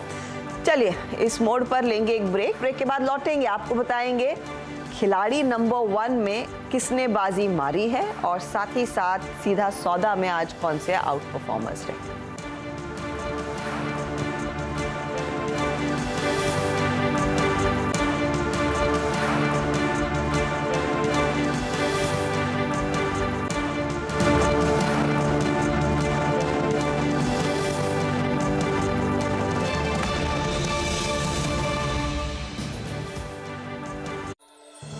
Co-powered by hello and welcome. आप देख रहे हैं सीएनबीसी आवाज, मैं हूं हर्षदा सावंत और आप देख रहे हैं आपका पसंदीदा स्टार्टअप शो आवाज एंटरप्रेन्योर, जहां हम बात करते हैं स्टार्टअप इकोसिस्टम के बड़े मुद्दे, ट्रेंड्स और साथ ही नए आइडियाज की। स्टार्टअप की दुनिया में सबसे ज्यादा चर्चा आजकल हो रही है फंडिंग विंटर की, यानी कि ऐसा माहौल जहां फंड जुटाना बेहद मुश्किल हो रहा है। लेकिन इस विंटर में सुनहरी धूप ब्यूटी सेगमेंट में खिली हुई है। पिछले 6 महीनों में जहां पूरी दुनिया मंदी के साए में जी रही है, वहीं भारतीय ब्यूटी स्टार्टअप्स ने अच्छा खासा फंड जुटा लिया है। मिसाल के तौर पर पर्पल जो बना है देश का 102nd यूनिकॉर्न, कंपनी ने हाल ही में $33 मिलियन का फंड रेज किया। इससे पहले मई के महीने में शुगर कॉस्मेटिक्स ने $50 मिलियन के फंड जुटाए। वहीं vegan beauty product startup plum ने मार्च के महीने में $35 मिलियन का फंड रेज किया है, यानी कि पिछले 4 महीनों में इन कंपनियों ने कुल मिलाकर $100 मिलियन का फंड रेज किया।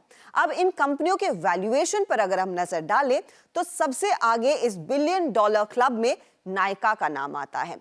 कंपनी लिस्टेड एंटिटी है। $8.8 बिलियन पर दरअसल नायका का वैल्यूएशन इस समय खड़ा है। यही नहीं, पर्पल का वैल्यूएशन हाल ही के फंड रेस के बाद करीब $1.1 बिलियन पर आ गया है। इसके पीछे है शुगर कॉस्मेटिक्स, जिसका वैल्यूएशन लगभग $500 मिलियन पर आका जा रहा है, तो प्लम का वैल्यूएशन लगभग $250 मिलियन पर खड़ा है। इन वैल्यूएशन और इस फंड रेस से जाहिर है कि इस सेक्टर में ग्रोथ का खूब पोटेंशियल है। अब पोटेंशियल की बात करें तो 2022 यानी कि इस साल में भारतीय ब्यूटी सेगमेंट में तकरीबन $25 बिलियन का मार्केट देखने को मिलेगा, और अगर आप 5 साल आगे बढ़ेंगे यानी कि 2027 में यह मार्केट $33 बिलियन से ज्यादा होगा, यानी औसतन 6% से ज्यादा की CAGR ग्रोथ। अब सवाल यही है, इस तरह की ग्रोथ को कैप्चर करने के लिए क्या बड़ी कंपनियां आगे रहेंगी या फिर स्टार्टअप्स का शेयर बढ़ने वाला है? इसी पर बात करने के लिए मेरे साथ है यूनिकॉर्न पर्पल के फाउंडर मनीष तनेजा और साथ ही शुगर कॉस्मेटिक्स की को-फाउंडर विनीता सिंह। आप दोनों का ही स्वागत है। कांग्रेचुलेशंस आप दोनों को, जहां पर दुनिया भर में और स्पेशली भारतीय इकोसिस्टम में बात हो रही है कि फंड रेज करना बहुत मुश्किल होगा। आप दोनों ने बहुत ही बड़ा फंड रेज किया है और काफी तगड़ा रिस्पांस इन्वेस्टर्स से मिला है। Manish, congratulations on being a unicorn too. क्या वाकई में मुश्किल था? कुछ फंडिंग विंटर जैसी फीलिंग महसूस किया आपने? फंड रेजिंग इस साल थोड़ा डिफिकल्ट है compared to last 2-3 years. हमारे लिए स्पेसिफिकली उतना डिफिकल्ट नहीं था because of the performance of the business. You know, हमारा business almost 100% year on year से बढ़ा है from last year to now.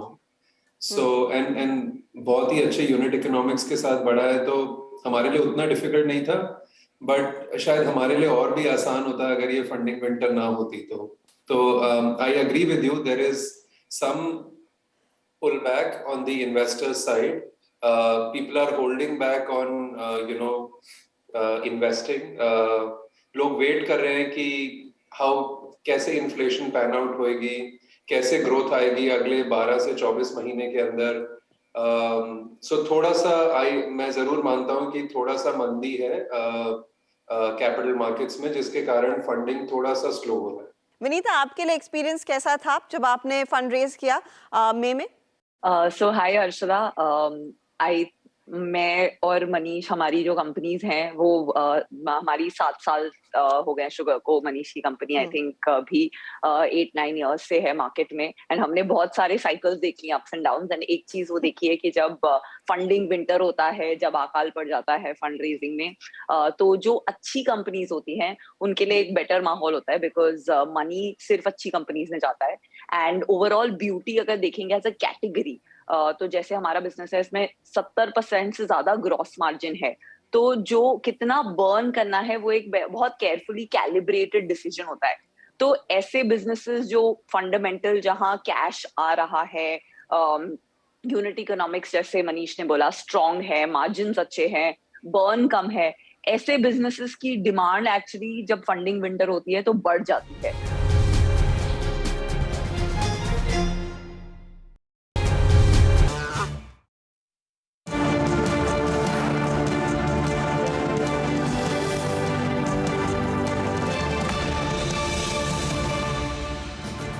भारतीय बाजारों में आज बिकवाली हावी थी और आज जो क्लोज आया है वो 302 अंकों की गिरावट पर आता हुआ दिखाई दिया है।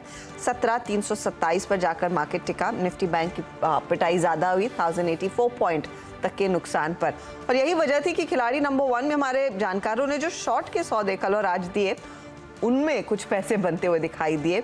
तो पहले आपको दिखा देते हैं वो स्टॉक जिनमें सबसे ज्यादा हरकत देखने को मिली और कौन जीता है इस बारी, ये भी आपके सामने। देखिए, शॉर्ट के आइडियाज ने सबको डबल डिजिट में पहुंचाया। विकास सालुंके ने 10% से ज्यादा की कमाई की।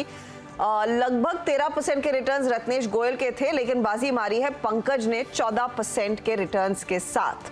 तो कांग्रेचुलेशंस पंकज, आप बने हैं इस हफ्ते के खिलाड़ी नंबर 1। अब यहाँ से आगे की चाल और कौन से ट्रेड्स दरअसल इनके सबसे ज्यादा फेवर में थे वो दिखाइएगा प्लीज। इनके ट्रेड्स इन्होंने इनफैक्ट कुछ बहुत ही संभले हुए तेजी वाले ट्रेड्स भी रखे और कुछ मंदी वाले ट्रेड्स। M&M फाइनेंशियल पर मुझे याद है एक मंदी वाला ट्रेड था, लेकिन मेट्रो ब्रांड्स, बाटा, अपोलो जैसे स्टॉक्स भी इनके पोर्टफोलियो में इस हफ्ते थे शामिल। पंकज को जोड़ लेते हैं। पंकज, कांग्रेचुलेशंस। मुझे सबसे पहले ये बताइए, ये निफ्टी की आज की चाल अब आने वाले दिनों के लिए क्या इशारा कर रही है? जो शॉर्ट के सौदों का सहारा थोड़ा बहुत बीच में इस हफ्ते लिया गया, वो अब क्या ज्यादा लेना पड़ेगा आगे? थैंक यू वेरी मच मुझे इनवाइट करने के लिए और मुझे मौका देने के लिए CNBC आवाज का और आपकी पूरी टीम का बहुत बहुत धन्यवाद। निफ्टी के लिए मैं ये देख रहा हूँ कि जैसे ही ये 17,600 की रेंज तोड़ दी तो ये डिसाइसिवली एक बेरिश जोन में आ चुकी है निफ्टी, और सेल ऑन राइज वाला ही मोमेंटम रहेगा। अभी अगले हफ्ते 28, 29 और 30 को RBI की MPC की पॉलिसी मतलब उनकी मॉनेटरी पॉलिसी की कमेटी की मीटिंग है, तो उसका आउटकम फ्राइडे को आना है। तो बैंकिंग से थोड़ा सा दूर रहना है। अगर बैंक्स में काम भी करना है तो फिर कवर्ड कॉल या पुट्स के जरिए बैंक्स के अंदर काम कर सकते हैं। निफ्टी के अंदर कंप्लीट प्रेशर दिख रहा है और मंदी का ही सहारा लेना पड़ेगा अगले हफ्ते ही, ऐसे लग रहा है ही सहारा, क्योंकि अब हम एक इंटरनल इवेंट में उतरते हुए दिखाई दे रहे हैं। अच्छा, जिन ट्रेड्स में आपने तेजी की पोजीशन सुझाई थी उनमें से कौन सा है जो आगे अगले हफ्ते आपको लग रहा है थोड़ा सा संभला हुआ रहेगा? किसी में कॉन्फिडेंस? मैंने डे फर्स्ट को मेट्रो का मैंने कॉल दिया हुआ था और 9:30 का मैंने टारगेट दिया हुआ था। क्योंकि गेम शो की बात थी इसलिए मैं 2 से 3% के अंदर मैंने एग्जिट लिया, बट मेरा इवेंचुअल टारगेट उसका आज अचीव हो चुका है। मैं कोई भी लॉन्ग की पोजीशन में कैरी ओवर नहीं करना चाहूंगा, लेकिन स्पेशलिटी केमिकल्स की जो मैंने आज की जो पिक दी हुई थी वो मैं अभी इस रेंज से मैं बाय करने की सलाह दूंगा, और हो सकता है कि उसको एक पोजिशनल ट्रेड के हिसाब से लेना चाहिए, सिर्फ एक हफ्ते के लिए नहीं, लेकिन एक शॉर्ट टर्म के लिए हम लोग वो कैरी कर सकते हैं। बालाजी अमाइंस है, जहां तक मुझे याद है आपने सुबह में आज ट्रेड किया था, दिखाइएगा उसका क्या हाल था, क्योंकि जब इन्होंने सुझाया तब मार्केट के विपरीत आधे % के गेन्स पर जाकर कारोबार करता दिखाई दे रहा था। बालाजी अमाइंस डायरेक्टर साहब, वो प्लीज लेकर आइएगा। और दीपक, नाइट्रेट में भी आज हमने देखा नेशनल लेवल से थोड़ी थोड़ी करके रिकवरी आ रही थी। बालाजी अमाइंस, जब आपने मेंशन किया था, पीक किया, उसके बाद साइडवेज हो गया और हल्के से 1% की गिरावट आई, लेकिन आपको भरोसा है यहाँ पर ये थीम चलेगी। अच्छा, लार्जली इंडेक्स के लिए एक्सपायरी के लेवल्स अब कौन से आप एक्टिवेट होता देख रहे हैं? जो सुबह में 17,200 का जिक्र हुआ था, क्या वो एक लेवल है जहां तक निफ्टी टूट सकता है? यस, डेफिनेटली 17,200 के बाद में जो मैं देख रहा हूँ वो डायरेक्टली 16,900 की लेवल मेरे को विजिबल हो रही है। बाइंग की कोई स्ट्रेटेजी अभी तो फिलहाल नहीं बनेगी, अगला हफ्ता कंप्लीट होने के बाद में ही कोई मार्केट के अंदर का जो रुझान है वो समझ आएगा। लेकिन मैं समझता हूँ कि कोई भी अपसाइड की मूव जो रहेगी मार्केट की, वो एक सेलिंग अपॉर्चुनिटी बनी रहेगी। हर अपसाइड एक सेलिंग अपॉर्चुनिटी रहेगा, लेकिन खुदा करे मार्केट संभल जाए और 16,900 तक की तस्वीर हमारे सामने ना आए। बहुत बहुत शुक्रिया पंकज हमारे लिए समय निकालने के लिए, एंड कांग्रेचुलेशंस एक बार फिर खिलाड़ी नंबर 1 जीतने के लिए। Thanks a lot. हफ्ता थोड़ा सा पेचीदा था, लेकिन सभी हमारे जानकारों ने बहुत ही शानदार प्रदर्शन दिखाया और पंकज ने 14% के रिटर्न्स कमाए हैं इस हफ्ते। चलिए इस मोड़ पर लेंगे एक ब्रेक, आप बने रहिए CNBC आवाज के साथ।